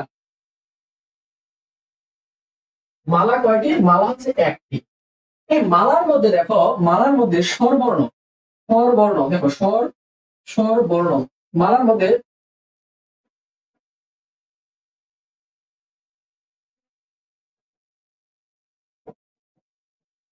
এই মালার মধ্যে স্বরবর্ণ আছে কয়টা? মালার মধ্যে স্বরবর্ণ আছে 11টি। মালার মধ্যে স্বরবর্ণ আছে কয়টি? মালার মধ্যে স্বরবর্ণ আছে 11টি। দেখো এই মালার মধ্যে আবার ব্যঞ্জন ব্যঞ্জন বর্ণ, মালার মধ্যে ব্যঞ্জন বর্ণ আছে আবার 39টি। মালার মধ্যে ব্যঞ্জন বর্ণ আছে কয়টি? 39টি। বাংলা ভাষায়, বাংলা লিখো, বাংলা ভাষায় ভাষায় মোট বর্ণ আছে, বাংলা ভাষার মোট বর্ণ আছে কয়টি? বাংলা ভাষার মোট বর্ণ আছে 50টি। দেখো আজকের আগে অনেক শিক্ষার্থী এটা জানতো না, এতটা ক্লিয়ার জানতে না। সুন্দর মালাটা। ওকে ঠিক আছে, দেখো তাহলে আমরা বলছি বর্ণমালা আছে একটা, স্বরবর্ণ আছে 11টা, ব্যঞ্জন বর্ণ আছে 39টা, মোট বর্ণ আছে 50টা। তাহলে 11 আর হচ্ছে 39 মিলে হচ্ছে 50। তাহলে মোট বর্ণ আছে কয়টি? মোট বর্ণ আছে 50টি। তাহলে এই 50টা বর্ণ দিয়ে মালা হয়েছে কয়টা? মালা হয়েছে একটা। তাহলে পরীক্ষায় যদি প্রশ্ন আসে তাহলে দেখো বর্ণমালা কয়টি? বর্ণমালা হচ্ছে একটি। স্বরবর্ণ কয়টি? 11টি। ব্যঞ্জন বর্ণ কয়টি? ব্যঞ্জন বর্ণ হচ্ছে 39টি। ব্যঞ্জন বর্ণ কয়টি? 39টি। মোট বর্ণ আছে কয়টি? মোট বর্ণ আছে 50টি। সবাই কি ক্লিয়ার? সবাই কি ক্লিয়ার? তার মধ্যে একটু দেখো এই স্বরবর্ণ আছে 11টা। এই স্বরবর্ণ 11টার মধ্যে সবাই একটু লিখবা মৌলিক স্বরধ্বনি। সবাই একটু লিখবা মৌলিক স্বরধ্বনি। মৌলিক স্বরধ্বনি আছে কয়টি? মৌলিক স্বরধ্বনি আছে 7টি। কয়টি? মৌলিক স্বরধ্বনি আছে কয়টি? 7টি। সবাই লিখবা তার মধ্যে মৌলিক স্বরধ্বনি আছে কয়টি? 7টি। মৌলিক স্বরধ্বনি আছে কয়টা? 7টা। মৌলিক স্বরধ্বনি কয়টি? মৌলিক স্বরধ্বনি হচ্ছে 7টি। লিখে দিব মৌলিক স্বরধ্বনিগুলো। মৌলিক স্বরধ্বনিগুলোকে লিখে দিব। মৌলিক স্বরধ্বনিগুলোকে লিখে দিব। মৌলিক স্বরধ্বনিগুলোকে লিখে দিব। ওকে লিখে দিচ্ছি। তাহলে দেখো মৌলিক স্বরধ্বনির মধ্যে আছে অ, তারপরে লিখবা মানে আ, তারপরে লিখবা হর্ষ ই, দেখো হর্ষ ই, তারপরে লিখবা হর্ষাউ, তারপরে লিখবা এ, তারপরে লিখবা ও, তারপরে লিখবা অজফলা আকার, তরি। এই হচ্ছে আমাদের মৌলিক স্বরধ্বনি। এই হচ্ছে আমাদের মৌলিক স্বরধ্বনি। এই অজফলা আকার এই বর্ণটাকে আরেকটা ভাবে লেখা যায় এ জফলা আকার, মানে একাডেমি উচ্চারণ করতে যেটা লাগে। মৌলিক স্বরধ্বনি কয়টা?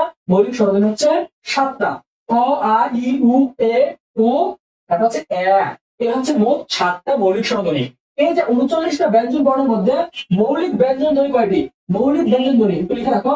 মৌলিক ব্যঞ্জন ধ্বনির সংখ্যা হচ্ছে 30টি। মৌলিক ব্যঞ্জন ধ্বনির সংখ্যা কয়টি? 30টি। মৌলিক ব্যঞ্জন ধ্বনির সংখ্যা কয়টি? 30টি। মৌলিক ব্যঞ্জন ধ্বনির সংখ্যা কয়টি? 30টি। মৌলিক ব্যঞ্জন ধ্বনির সংখ্যা কয়টি? 30টি। এর মধ্যে আমরা দেখি স্বরবর্ণের সংক্ষিপ্ত রূপ। স্বরবর্ণের সংক্ষিপ্ত রূপকে কি বলা হয়? স্বরবর্ণের সংক্ষিপ্ত রূপকে বলা হয়, বলো কি বলা হয়? স্বরবর্ণের সংক্ষিপ্ত রূপকে কি বলা হয়? স্বরবর্ণের সংক্ষিপ্ত রূপকে কি বলা হয়? স্বরবর্ণের সংক্ষিপ্ত রূপকে কি বলা হয় বলো? স্বরবর্ণের সংক্ষিপ্ত রূপকে কি বলা হয়? স্বরবর্ণের সংক্ষিপ্ত রূপকে কি বলা হয়? বলো তো দেখি স্বরবর্ণের সংক্ষিপ্ত রূপকে কি বলা হয়? সবাই আমাকে বলো স্বরবর্ণের সংক্ষিপ্ত রূপ। দেখো একটু স্বরবর্ণের সংক্ষিপ্ত রূপকে কি বলা হয় বলো? স্বরবর্ণের সংক্ষিপ্ত রূপকে কি বলা হয়? স্বরবর্ণের সংক্ষিপ্ত রূপকে কি বলা হয় বলো? স্বরবর্ণের সংক্ষিপ্ত রূপকে কি বলা হয়? স্বরবর্ণের সংক্ষিপ্ত রূপকে বলা হয় কার। স্বরবর্ণের সংক্ষিপ্ত রূপকে বলা হয় কি? কার। কার আছে কয়টা? কার আছে 10টা। কার আছে কয়টা? কার আছে মোট 10টি। তাহলে কার আছে কয়টি? কার আছে 10টি। কি কি দেখো? আকার, রস্যিকার, তারপর হচ্ছে দীর্ঘিকার, রস্যুকার, দীর্ঘকার, রিকার, তারপর দেখো রিকার, এরপর কি আছে? রিয়ার পরে কি আছে? রিয়ার পরে আছে একার, তারপর দেখো এরপরে কি আছে? ওই, তারপর আছে ওইকার, তারপর আছে ওকার, তারপর আছে ঔকার। আশা করি তোমরা 10টা কার পেয়েছো। একমাত্র কার নাই, কোন বর্ণের সংক্ষিপ্ত রূপ নাই? স্বরবর্ণ জানি আমরা, স্বরবর্ণ হচ্ছে 11টি, তার মধ্যে 10টা বর্ণের কার আছে। একটা বর্ণ আছে, একটা বর্ণের কোনো কার নাই। সেই বর্ণটা কি? সেই বর্ণটা হচ্ছে অ। সেই বর্ণটা কি?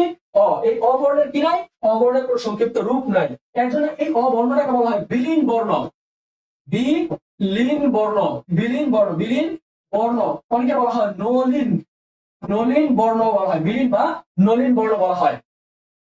বিলীন বা নলিন বর্ণ বলা হয়। ওকে কি বলা হয়? বিলীন বর্ণ বা নলিন বর্ণ বলা হয়। এখন আপনি তাহলে বলো এই যে ব্যঞ্জন বর্ণের সংক্ষিপ্ত রূপকে কি বলা হয়? ব্যঞ্জন বর্ণের সংক্ষিপ্ত রূপ। ব্যঞ্জন বর্ণের সংক্ষিপ্ত রূপকে কি বলা হয়?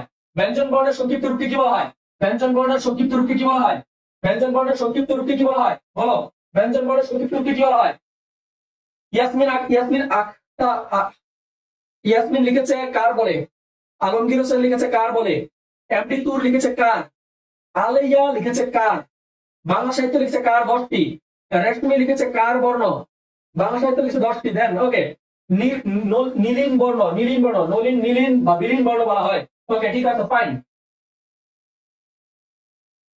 জিনিয়া তাসনিম লিখেছে অ। গুড। এমডি টুর লিখেছে ফলা। আলিয়া লিখেছে ফলা। রেশমি লিখেছে সংক্ষিপ্ত। সর্বর্ণ সংক্ষিপ্ত রূপকে কার বলা হয়? কার আছে 10টি ব্যঞ্জন বর্ণ সংক্ষিপ্ত রূপকে বলা হয় ফলা বা অনুবাদন।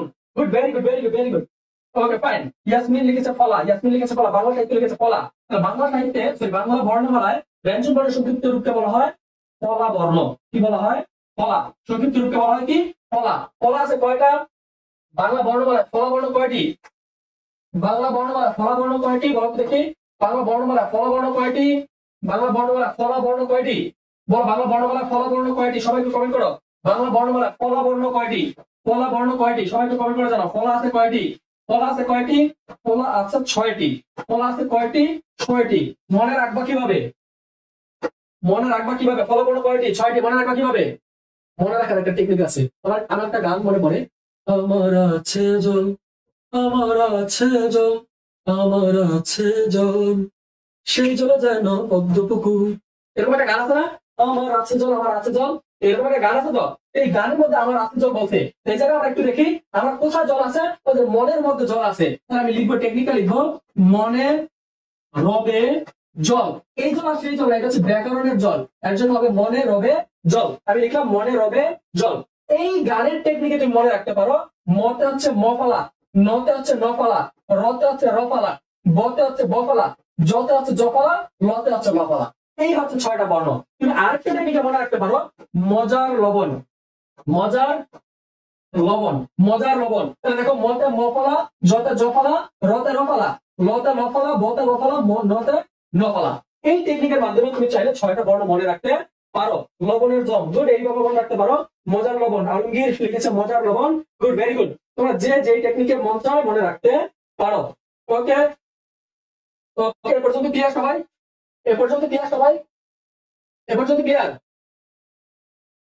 এ পর্যন্ত সবাই ক্লিয়ার? Okay fine. সবাই কি ক্লিয়ার? আমাদের বলো না রে ভাই, এত কষ্ট তোমাদের কমেন্ট করতে, এত কষ্ট লাগে?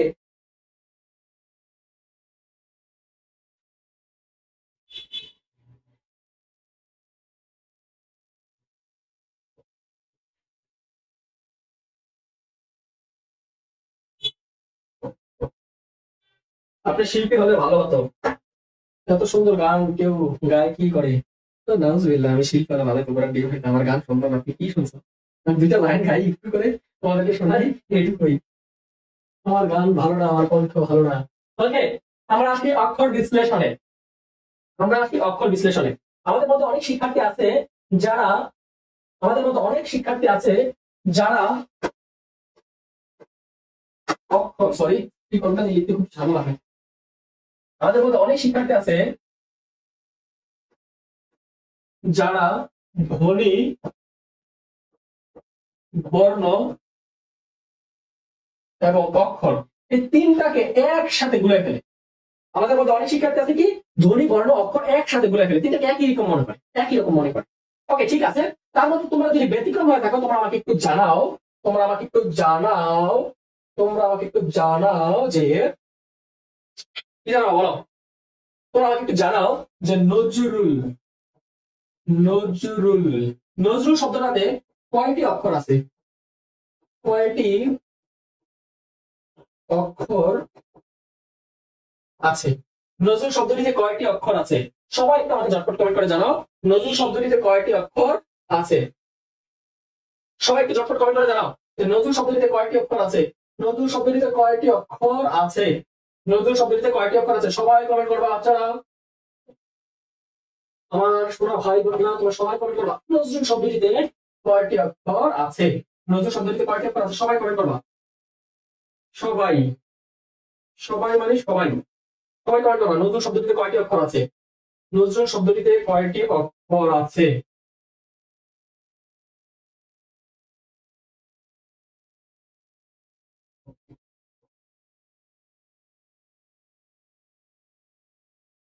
তাহলে সবাই একটু আমাকে কমেন্ট করে জানাও যে নজরুল শব্দটিতে কয়টি অক্ষর আছে।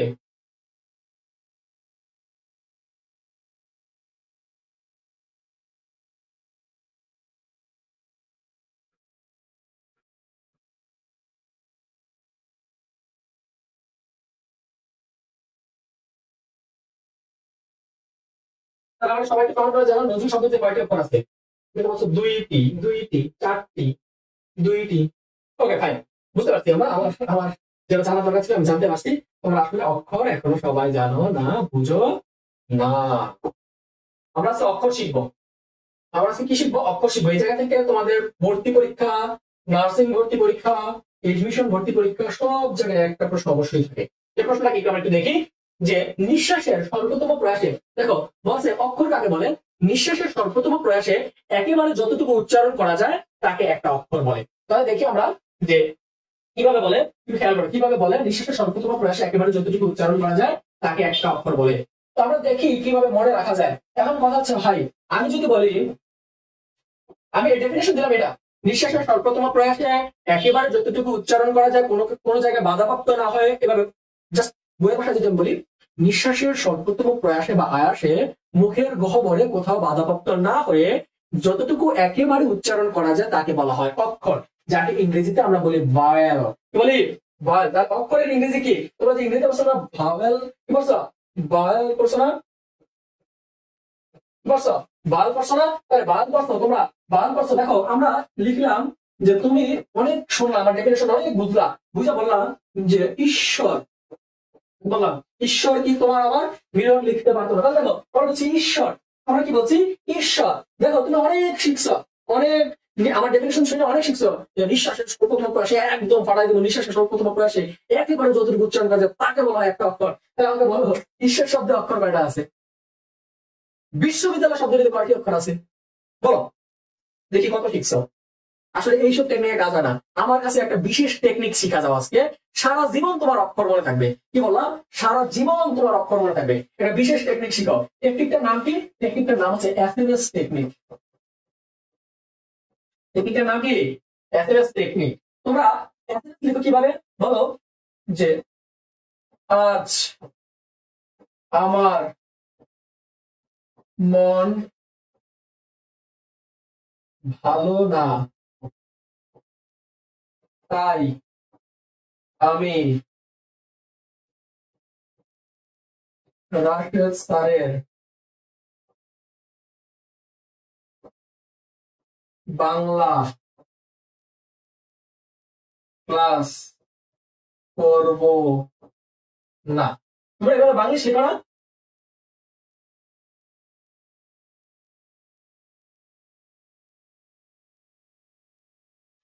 দেখো তোমরা এভাবে কি লিখবে? এভাবে তোমরা বাংলা শিখো, মোবাইলে টাইপ করো না এভাবে যে আজ আমার মন ভালো না, তাই আমি রাশেদ স্যারের বাংলা ক্লাস করবো না। তোমরা এভাবে বাংলা শিখো না? টাইপ করো কিভাবে? এভাবে তো টাইপ করো না, তাই না? দেখো এই টেকনিকের মাধ্যমে আমরা আজকে আমাদের বাল শিখবো বা অক্ষর শিখবো। দেখো আমি বলছি, যখন তুমি এসএমএস করো, বাংলিশ এসএমএস করো, সেই বাংলিশ এসএমএস এর মধ্যে একটি শব্দে একটি শব্দে একটি শব্দে যতটি যতটি যতটি ভাল থাকবে, যতটি বায়াল থাকবে থাকবে ততটি অক্ষর আছে। আমার কথা আগে বুঝো। বলছি তুমি যখন এভাবে শব্দ লিখছ, একটা শব্দের মধ্যে বা একটা ওয়ার্ডের মধ্যে যে কয়টা বাল আছে, বাংলিশ লেখার পর যে কয়টা বাল থাকবে সে কয়টা অক্ষর আছে। তাহলে দেখো আমরা বলছি বাংলিশ লিখবো, আমরা যে শব্দটাকে আমরা কি করতে চাই, যে শব্দটাকে আমরা আমরা অক্ষর চাই, বলো না যে বিশ্ববিদ্যালয় শব্দটিতে কয়টি অক্ষর আছে? ধরো লিখলাম বিশ্ববিদ্যালয়, এটা একবার বারবার আসে, এটা বারবার আসে। তাহলে বিশ্ববিদ্যালয় শব্দটিতে কয়টি অক্ষর আছে? ভাই আমি ভাঙতে পারতেছি না, বিশ্ববিদ্যালয় কয়টা ভাঙতে পারতেছিলাম, আমি আপনার ব্যাকরণের নিয়ম পারতেছি না। তাহলে দেখো তুমি এই নিয়ম অবশ্যই পারবে এসএমএস টেকনিকে। তাহলে দেখো আমি বলছি আজ, আজ এই শব্দতে কয়টা ভাগ আছে? একটা ভাগ আছে, তারপরে একটা অক্ষর আছে। আমি বলছি আমার, তাহলে দেখো এই জায়গায় ভাগ আছে কয়টা? একটা, দুইটা, তাহলে অক্ষর আছে দুইটা। মন ভালো না, তাহলে মন লিখতে একটা ভাগ আছে, ও আছে একটা। ভালো না, তাহলে ও আছে এ আছে দুইটা, তাহলে অক্ষর আছে দুইটা। না লিখতে অক্ষর আছে ভালো আছে একটা, অক্ষর হবে একটা। তাই, TAI তাই, তাহলে দেখো TAI তাই, তাহলে দেখো এই জায়গায় এও আছে আইও আছে। এখন কথা হচ্ছে ভাই এই জায়গায় ভালো হবে কয়টা, এই জায়গায় ভালো হবে কয়টা, মনে রাখবা একই সাথে বা পরপর, একসাথে একসাথে বা পরপর, পর পর একসাথে বা পরপর যদি একাধিক একাধিক বাল থাকে, বাল থাকে, সেক্ষেত্রে সেক্ষেত্রে একটি একটি অক্ষর কাউন্ট হবে, একটি অক্ষর গণনা হবে, একটি অক্ষর কি হবে, গণনা হবে। তাহলে দেখো TAI পরপর দুইটা বাল না, আমি বলছি যে একটা শব্দ লিখবা, সেই শব্দটাকে বাংলিশ করবা, ওই বাংলিশ শব্দের মধ্যে যে কয়টা বাল আছে সে কয়টা তোমার অক্ষর। কিন্তু যদি পরপর মানে একটার পর একটা সাথে সাথে বাল থাকে, সেক্ষেত্রে এই দুইটা অক্ষরের জন্য বা দুইটা বালের জন্য একটা অক্ষর কাউন্ট হবে। তাহলে TAI তাই, তাহলে এই শব্দটাতে যদিও বাল আছে দুইটা, এ আর হচ্ছে আই, কিন্তু অক্ষর হবে একটা। আমি আমি আ একটা, এ একটা বাল, আই একটা বাল, তাহলে অক্ষর আছে দুইটা। রাশাদ স্যার তোমরা এটা বাইর করে কয়টা আছে, একটা, দুইটা, তিনটা, চারটা। রাশাদ স্যারের এই শব্দটার মধ্যে চারটা বাল আছে। বাংলা দেখো এই জায়গায় একটা, দুইটা, দুইটা অক্ষর আছে।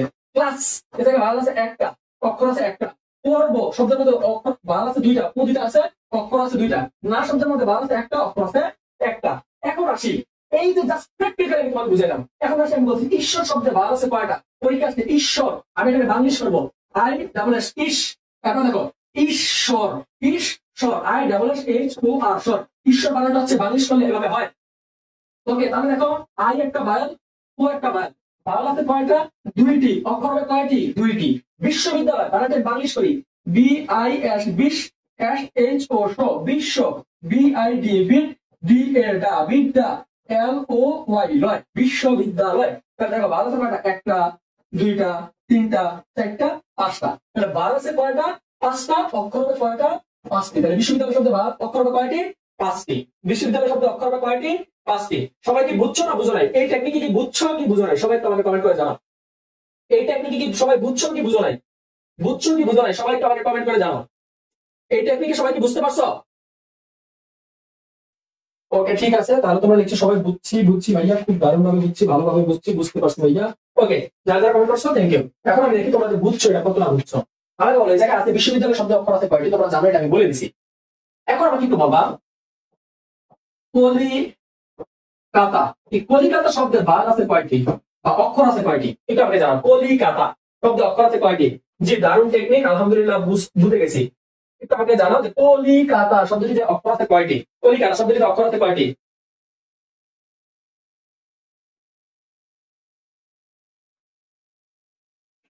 কলিকাতা শব্দটিতে অক্ষর আছে কয়টি, কলিকাতা শব্দটিতে অক্ষর আছে কয়টি, কলিকাতা শব্দটিতে অক্ষর আছে কয়টি, কলিকাতা শব্দটিতে অক্ষর আছে কয়টি, কলিকাতা শব্দটিতে অক্ষর আছে কয়টি।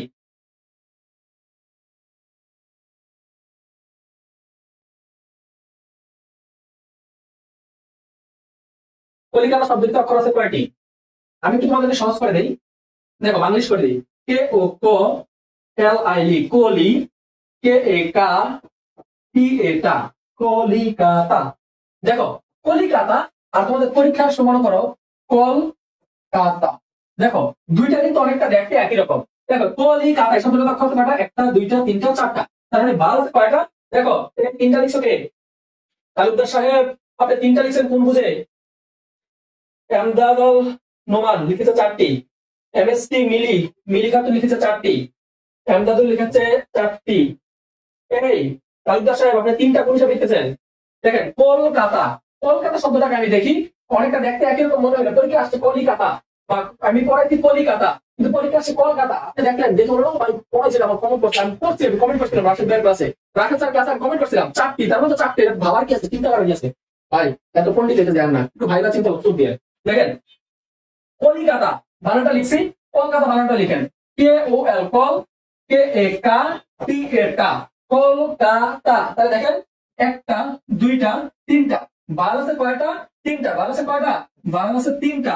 এই জায়গায় দেখেন বাল আছে কয়টা, বাল আছে একটা, দুইটা, তিনটা, চারটা। তার মানে এই জায়গায় বাল আছে চারটা, অক্ষর হবে চারটা। দেখতে একই রকম কিন্তু তারা যমজ ভাই হইলেও নাম তাদের এক নয়। কলকাতা শব্দে অক্ষর হবে কয়টা? 3টা। আর কলিকাতা শব্দে অক্ষর হবে কয়টা? 4টা। এখন আমাকে সবাই একটু বলে যে নজরুল, নজরুল, নজরুল শব্দে অক্ষর আছে কয়টি? নজরুল শব্দে অক্ষর আছে কয়টি?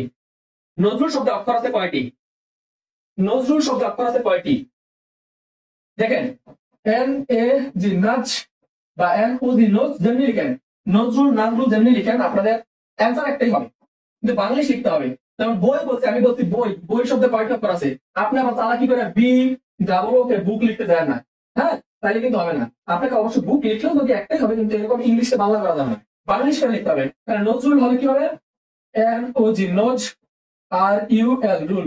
নজরুল অনেক আবার আমার নামে বানানে ভুল ধরেন না, কারণ বাংলিশ করছি, এটা অক্ষর দরকার। তাহলে নজরুল, নজরুল, তাহলে বাল আছে কয়টা? 2টা অক্ষর আছে, 2টা অক্ষর আছে, 2টা। তাহলে আমার নামের বানানটা একটু আপনারা লক্ষ্য করেন তো, রা এই নামের মধ্যে অক্ষর আছে কয়টা? আপনারা এইটা একটু দেখেন তো, রা এই নামের ক্ষেত্রে অক্ষর আছে কয়টা? রাশেদ। এই নামে অক্ষর আছে কয়টা? তাহলে দেখেন এই নামে অক্ষর আছে কয়টা? তাহলে দেখেন R A S H E D, Rashed. তাহলে দেখেন তো এই নামে অক্ষর আছে কয়টা? এই নামে অক্ষর আছে বাল আছে 2টা, অক্ষর হবে কয়টা? 2টা। পৃথিবীর যত শব্দ আছে সব শব্দে এই জায়গা ফেলা দেন, উত্তর হয়ে যাবে। উত্তর কি হবে? হয়ে যাবে। তাহলে দেখেন আমি বলছিলাম যে পরপর 2টা যদি বাল থাকে তাহলে অক্ষর কাউন্ট হবে একটা। তাহলে এখানে দেখেন বই বা বুক লিখছি, পরপর 2টা বাল আছে, এর জন্য হয়েছে। তাহলে দেখেন আমি যদি বলি যে বি এ আই, ভাই, আমি বললাম ভাই, আমি বললাম কি ভাই, তাহলে ভাই শব্দ ভালো আছে কয়টা? দেখেন এই জায়গায় 2টা ভালো আছে একসাথে, পরপর 2টা ভালো মানে কাউন্টার কয়টা? একটা। তাহলে এই শব্দে ভালো আছে একটা, অক্ষর আছে একটা। যেই শব্দে অক্ষর একটি আছে, যেই শব্দে অক্ষর একটি আছে সেই শব্দকে বলা হয় একাক্ষর শব্দ। একাক্ষর শব্দ। আর যেই শব্দে একের অধিক শব্দ অক্ষর আছে সেটাকে বলা হয় দ্বিঅক্ষর শব্দ। ক্লিয়ার? সবাই কি ক্লিয়ার? তাহলে রাতের আরেকটা লিখলাম গ্রামীণ, জি আর এ, গ্রা এম ডাবল ই এন, গ্রামীণ। গ্রামীণ শব্দ অক্ষর আছে কয়টা? এটা একবার পরীক্ষা আসছিল, স্টুডেন্ট অনেক ভুল করছে। তাহলে গ্রামীণ শব্দ অক্ষর আছে কয়টা? শ্রীকৃষ্ণ কীর্তন অক্ষর আছে কয়টি? আসেন আমরা একটু বাইর করি। শ্রীকৃষ্ণ কীর্তন অক্ষর আছে কয়টি? বানানটা বাংলিশ করেন, বানানটা বাংলিশ করেন।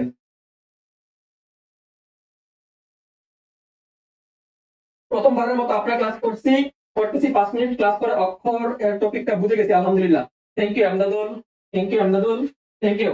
ওকে, তাহলে গ্রামীণ শব্দটি অক্ষর আছে কয়টি? জি আর এ, গ্রা। একটু খেয়াল করি, জি আর এ, গ্রা। তাহলে এই জায়গায় এ ভালো আছে কয়টা? একটা। এই জায়গায় আছে কয়টা? 2টা আছে। তার মানে মোট হওয়ার কথা ছিল কয়টা? 3টা, কিন্তু আমরা একসাথে 2টা যদি ভালো থাকে তাহলে কাউন্ট হবে কয়টা? একটা। এই জায়গায় গ্রামীণ কাউন্ট হবে একটা। তাহলে গ্রামীণ শব্দটিতে ভালো আছে 2-3টি, কিন্তু অক্ষর আছে কয়টি? 2টি। একজন বলতে শ্রীকৃষ্ণ কীর্তন শব্দে ভালো আছে কয়টি? আমরা বানানটা একটু লিখি, শ্রী কৃষ্ণ, তাই তো? শ্রীকৃষ্ণ কই? শ্রীকৃষ্ণ। তারপর কীর্তন আছে শ্রীকৃষ্ণ। ওকে, কীর্তন, কীর্তন, কীর্তন, শ্রীকৃষ্ণ কীর্তন শব্দের অক্ষর আছে কয়টি? জানতে চাইছে এক শিক্ষার্থী, আমরা একটু দেখি। হ্যাঁ, পরপর থাকলে একটা কাউন্ট হবে ভাইয়া। ওকে, শ্রীকৃষ্ণ কীর্তন একটু দেখো, S R I, Shri, Krish, K R I S, Krish, S H O, Shri Krish, sorry একটু মিশাই নেই, শ্রী কৃষ, কৃষ,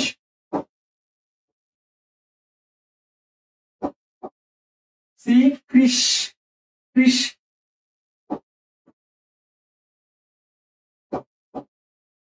শ্রী কৃষ। এরপর হচ্ছে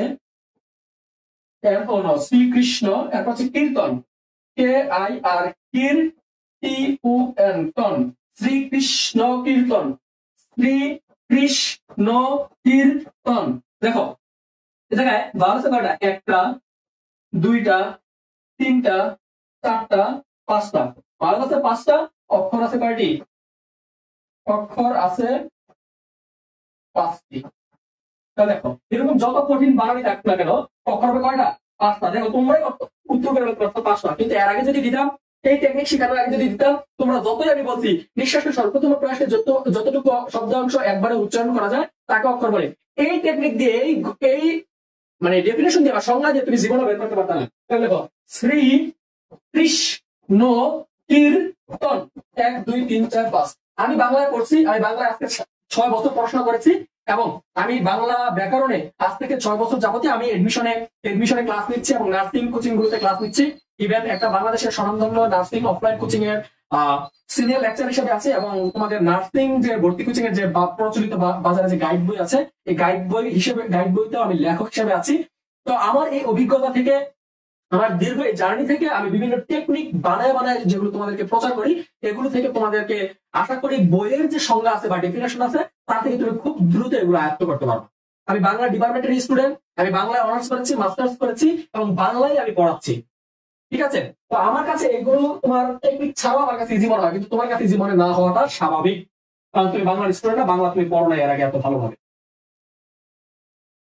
হ্যাঁ ভাইয়া ঠিক, ডেফিনেশন দিয়ে এত ভালোভাবে বুঝতাম না। Okay fine, thank you. যারা যুক্ত ছিলেন এবং কমেন্ট করেছো সবাইকে থ্যাংক ইউ। এখন আসলে আমরা ধ্বনির পরিবর্তন, সবাই হেডলাইন করো। বাংলা ব্যাকরণে ধ্বনির পরিবর্তন, সবাইকে হেডলাইন করো ধ্বনির পরিবর্তন। তো আমাকে একটু সবাই একটু বলো যে ধ্বনির পরিবর্তন ক্লাস কি চলবে? আরো কিছু টপিক পড়ার, ক্লাস কয়টা পর্যন্ত নিবেন? আপনি যতক্ষণ চান ততক্ষণ নিব। ক্লাস চলতে হলে তো অডিয়েন্স লাগবে, খালি মাঠে তো খেলা লাভ নাই।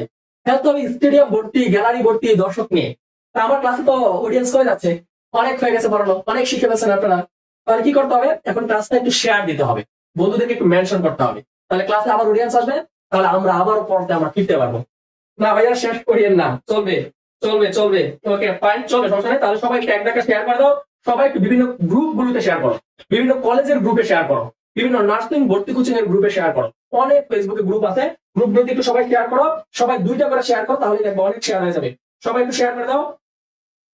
ভাইয়া আমিও বাংলা ডিপার্টমেন্টের স্টুডেন্ট, থ্যাংক ইউ বাংলা ডিপার্টমেন্টের স্টুডেন্ট। ওকে ভাইয়া আরো কিছু টপিক পড়ান, কাল কি ক্লাস নেবেন? চলবে। যদি হিমোগ্লোবিন নার্সিং কোচিং আমাকে বলে তাহলে আপনাদের নার্সিং কোচিং এ আমি হয়তো পার্মানেন্ট টিচার হিসেবে ক্লাস নিতে পারি। আর যদি আমার ক্লাস ভালো না লাগে সেক্ষেত্রে আমি হয়তো আজকেই ফার্স্ট ক্লাস এবং আজকে আপনাদের সাথে লাস্ট ক্লাস। তো আমার ক্লাসের পারফরমেন্সের উপর ডিপেন্ড করে, আপনাদের সন্তুষ্টির উপর ডিপেন্ড করে আমি কি নেক্সট ডে আরো ক্লাস নিব কি নিব না। তো যারা আমার সাথে যুক্ত ছিলেন, আমি রাশেদুল ইসলাম, আমি রাশেদ নামে পরিচিত আপনাদের কাছে। আপনারা একটু আমাকে জানাবেন যে ক্লাস যদি চলে তাহলে একটু শেয়ার করতে হবে, আজকে ক্লাসটা বন্ধুদের সাথে শেয়ার করতে হবে। ওকে, সারা রাত চলবে, আমার ভিতরে তো ফুয়েল থাকতে হবে না, ফুয়েল ছাড়া কতক্ষণ গাড়ি চলবে। ওকে, ধ্বনির পরিবর্তন সবসময় মনে রাখবে, ধ্বনির পরিবর্তন কেবল ধ্বনিগত উচ্চারণের পরিবর্তন, নট অর্থের পরিবর্তন। যেমন আমি যদি বলি এই মামা রিক্সা, কি বলছি? এই মামা রিক্সা, যাবা। আরেকজন রিক্সাওয়ালা আবার বলবে এটা রিক্সা খারাপ, ভাই ড্রাইভার বলছে, তাহলে কি বলছে? আমি বলছি রিক্সা, তারই সাথে আরেকজন বলছে রিস্কা, কি বলছে? রিস্কা। তাহলে দেখো আমি যে রিক্সাকে মিন করছি সেই রিক্সা কি এটাই? তাহলে রিক্সা উচ্চারণ করছে রিক্সা, আরেকজন বলতেছে রিস্কা। তাহলে রিক্সার মধ্যে পার্থক্যটা কি? জাস্ট উচ্চারণের পার্থক্য। আমরা রিক্সা বলতে 3 চাকার যানবাহন যেটাকে বুঝি, এই রিক্সা বলতে সেই 3 চাকার যানবাহনকে বুঝি। আমরা আবার যদি বলি, যেমন স্টেশনের রেলগাড়িটা মাইপা চলে ঘড়ির কাঁটা, প্ল্যাটফর্মে বৈশা ভাবি কখন বাজে 12টা, তাহলে দেখেন স্টেশনে কি বলছি? স্টেশনে একটু খেয়াল করেন। আমি বলছি স্টেশনে একটু খেয়াল করেন, স্টেশনে। তাহলে দেখেন তো এই স্টেশন বানানটা কত ভাবে লিখে, মানে উচ্চারণ করে কিভাবে? আমি বলছি কি স্টেশনের রেলগাড়িটা, কি বলছি? স্টেশনের রেলগাড়িটা, স্টেশন। আমি বলছি স্টেশন, কি বলছি? স্টেশন। কিন্তু যেই পানের দোকানদার, মানে পান বা সিগারেটের দোকানদার এই গান শুনতেছে যে স্টেশনের রেলগাড়িটা মাইপা চলে ঘড়ির কাঁটা, প্ল্যাটফর্মে বৈশা ভাবি কখন বাজে 12টা, সে এই স্টেশনকে উচ্চারণ করতেছে কি স্টেশন। কি উচ্চারণ করতেছে? স্টেশন বা স্টেশন। দেখবেন রিক্সাওয়ালা মামা বলবে এ মামা স্টেশনে যাইবেন। তাহলে দেখেন তো আমি যে স্টেশন বলছি আর তিনি যে আমাকে স্টেশন বলছে, তাহলে তার মধ্যে কি অর্থগত কোনো পার্থক্য আছে? অর্থের কোনো পার্থক্য আছে কিনা? আমরা যে স্টেশন বলতে যেটাকে বুঝি, এই স্টেশন বলতে কি সেটাকে বুঝি কিনা? একটু বলেন তো, বুঝি কিনা? একই জিনিস কিনা? দেখেন আমরা মিনারাজুল কার্টুন দেখেছি ছোটবেলায়, আমরা জানি এটার নাম হচ্ছে স্কুল। কি বললাম? স্কুল। কিন্তু মিনারাজুল কার্টুনে বলছে কি যে দাদি বলছে আজকে রাজু স্কুলে যাইবো, তার জন্য মাছের মাথাটা রাজুরে দাও। কি বলছে? আজকে রাজু স্কুলে যাইবো, তার জন্য মাছের মাথাটা রাজুরে দাও। তাহলে কি বলছে? ইজ স্কুলে, ইজ স্কুলে, ইজ স্কুলে, কিন্তু জিনিসটা ছিল কি? স্কুল। তাহলে এই যে স্কুল আর হচ্ছে স্কুল, এই দুটার মধ্যে যে অর্থগত কোনো পার্থক্য আছে কিনা? অর্থগত কোনো পার্থক্য আছে কিনা? আছে? নাই। তাহলে দেখেন, আমরা ধ্বনির পরিবর্তনে কেবল অর্থগত পরিবর্তন হয় না, জাস্ট উচ্চারণের পরিবর্তন হয়। যদি উচ্চারণের পরিবর্তন হয় তাকে আমরা বলি ধ্বনির পরিবর্তন, কিন্তু অর্থের পরিবর্তন হলে কোনোভাবে সেটাকে আমরা ধ্বনি পরিবর্তন বলবো না।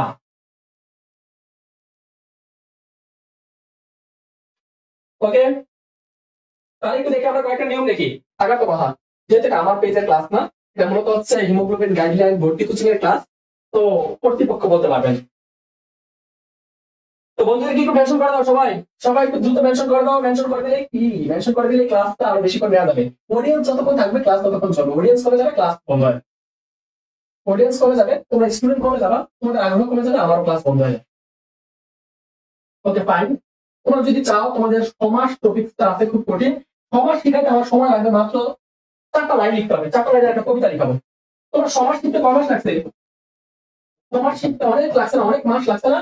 না, সমাস শিখতে জাস্ট চার লাইনের একটা কবিতা মুখস্থ করা হবে। 4 লাইনের কবিতা, 4 লাইনের কবিতার মাধ্যমে সমাস শেষ। 4 লাইনের কবিতার মাধ্যমে সমাস শেষ করবো। 4 লাইন, বেশি এক লাইনও বেশি না, 4টা লাইন লিখবো, এই 4 লাইনে তোমার সমাস শেষ। সারা জীবন মনে থাকবে, মুখস্থ করা লাগবে না। 4 লাইনের কবিতার সমাস শেষ করবো। ওকে, আমরা একটু আসি আমাদের পঠিত বিষয়ে আসি। আমরা পড়াচ্ছিলাম কি? আমরা পড়াচ্ছিলাম ধ্বনির পরিবর্তন। আমরা কি পড়াচ্ছি একটু দেখো, ধ্বনির পরিবর্তন।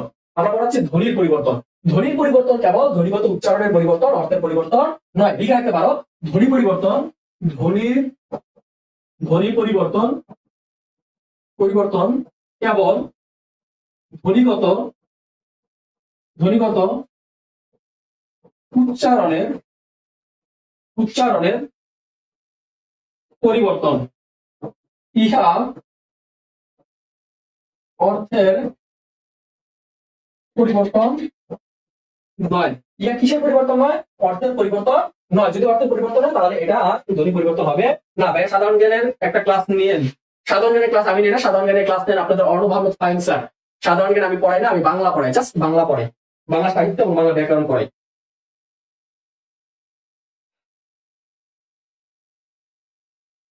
আমি জাস্ট একটা বিষয় পড়াই, বাংলা পড়াই, বাংলা স্পেশালিস্ট, বাংলাই পড়াই। ওকে ওকে, আমরা একটু আসি।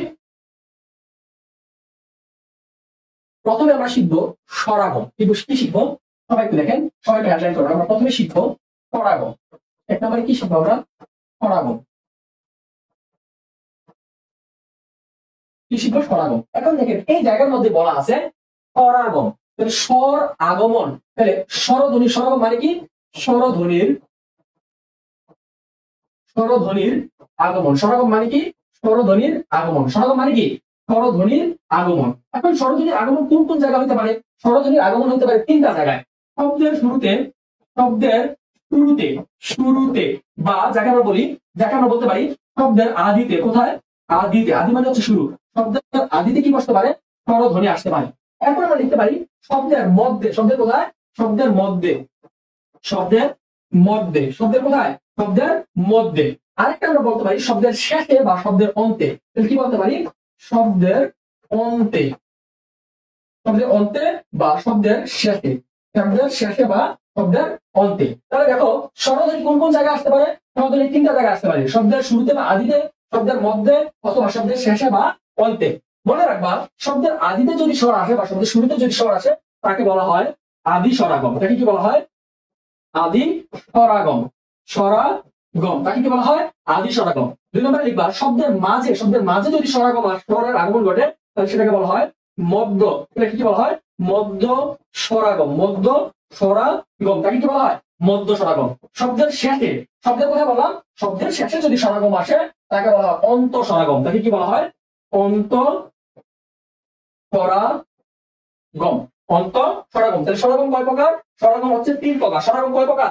স্বরাগম হচ্ছে 3 প্রকার: আদি স্বরাগম, মধ্য স্বরাগম এবং অন্ত স্বরাগম। আদি স্বরাগম, মধ্য স্বরাগম, আরেকটা হচ্ছে অন্ত স্বরাগম। আদি স্বরাগম, মধ্য স্বরাগম, আরেকটা হচ্ছে অন্ত স্বরাগম। স্বর আসলে স্বরাগম, আর স্বর চলে গেলে হচ্ছে স্বরলোপ। স্বর চলে গেলে কি? স্বর চলে গেলে হচ্ছে স্বরলোপ। স্বর চলে গেলে তাকে কি বলা হয়? স্বর চলে গেলে বলা হয় তাকে স্বরলোপ।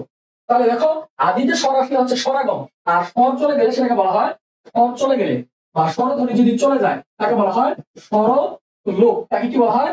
স্বরলোপ। তাকে কি বলা হয়? স্বরলোপ বলা হয়। ওকে, এখন আমরা আসি আদি স্বরাগম। শুরুতে আমরা শিখবো আদি স্বরাগমের একটা ডেফিনেশন আমরা দেই। ডেফিনেশন কি?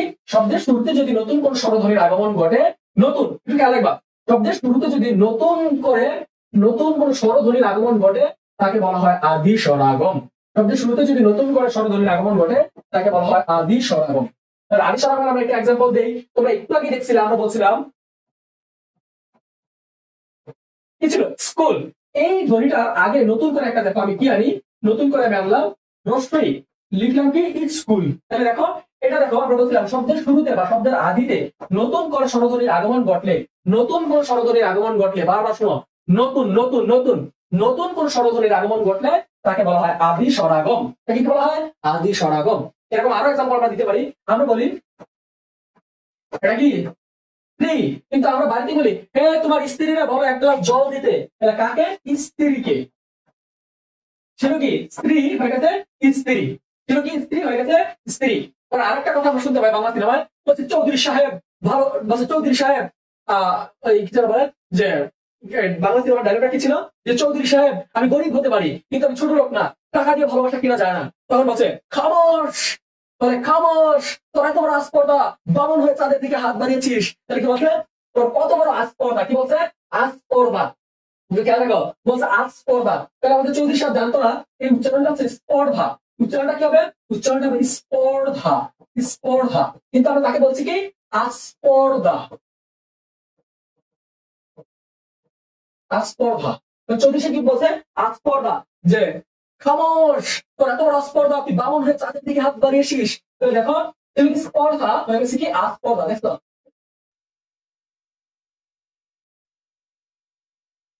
বলছে তোর এত বড় আস্পর্ধা যে তুই বামন হয়ে চাঁদের দিকে হাত বাড়িয়েছিস।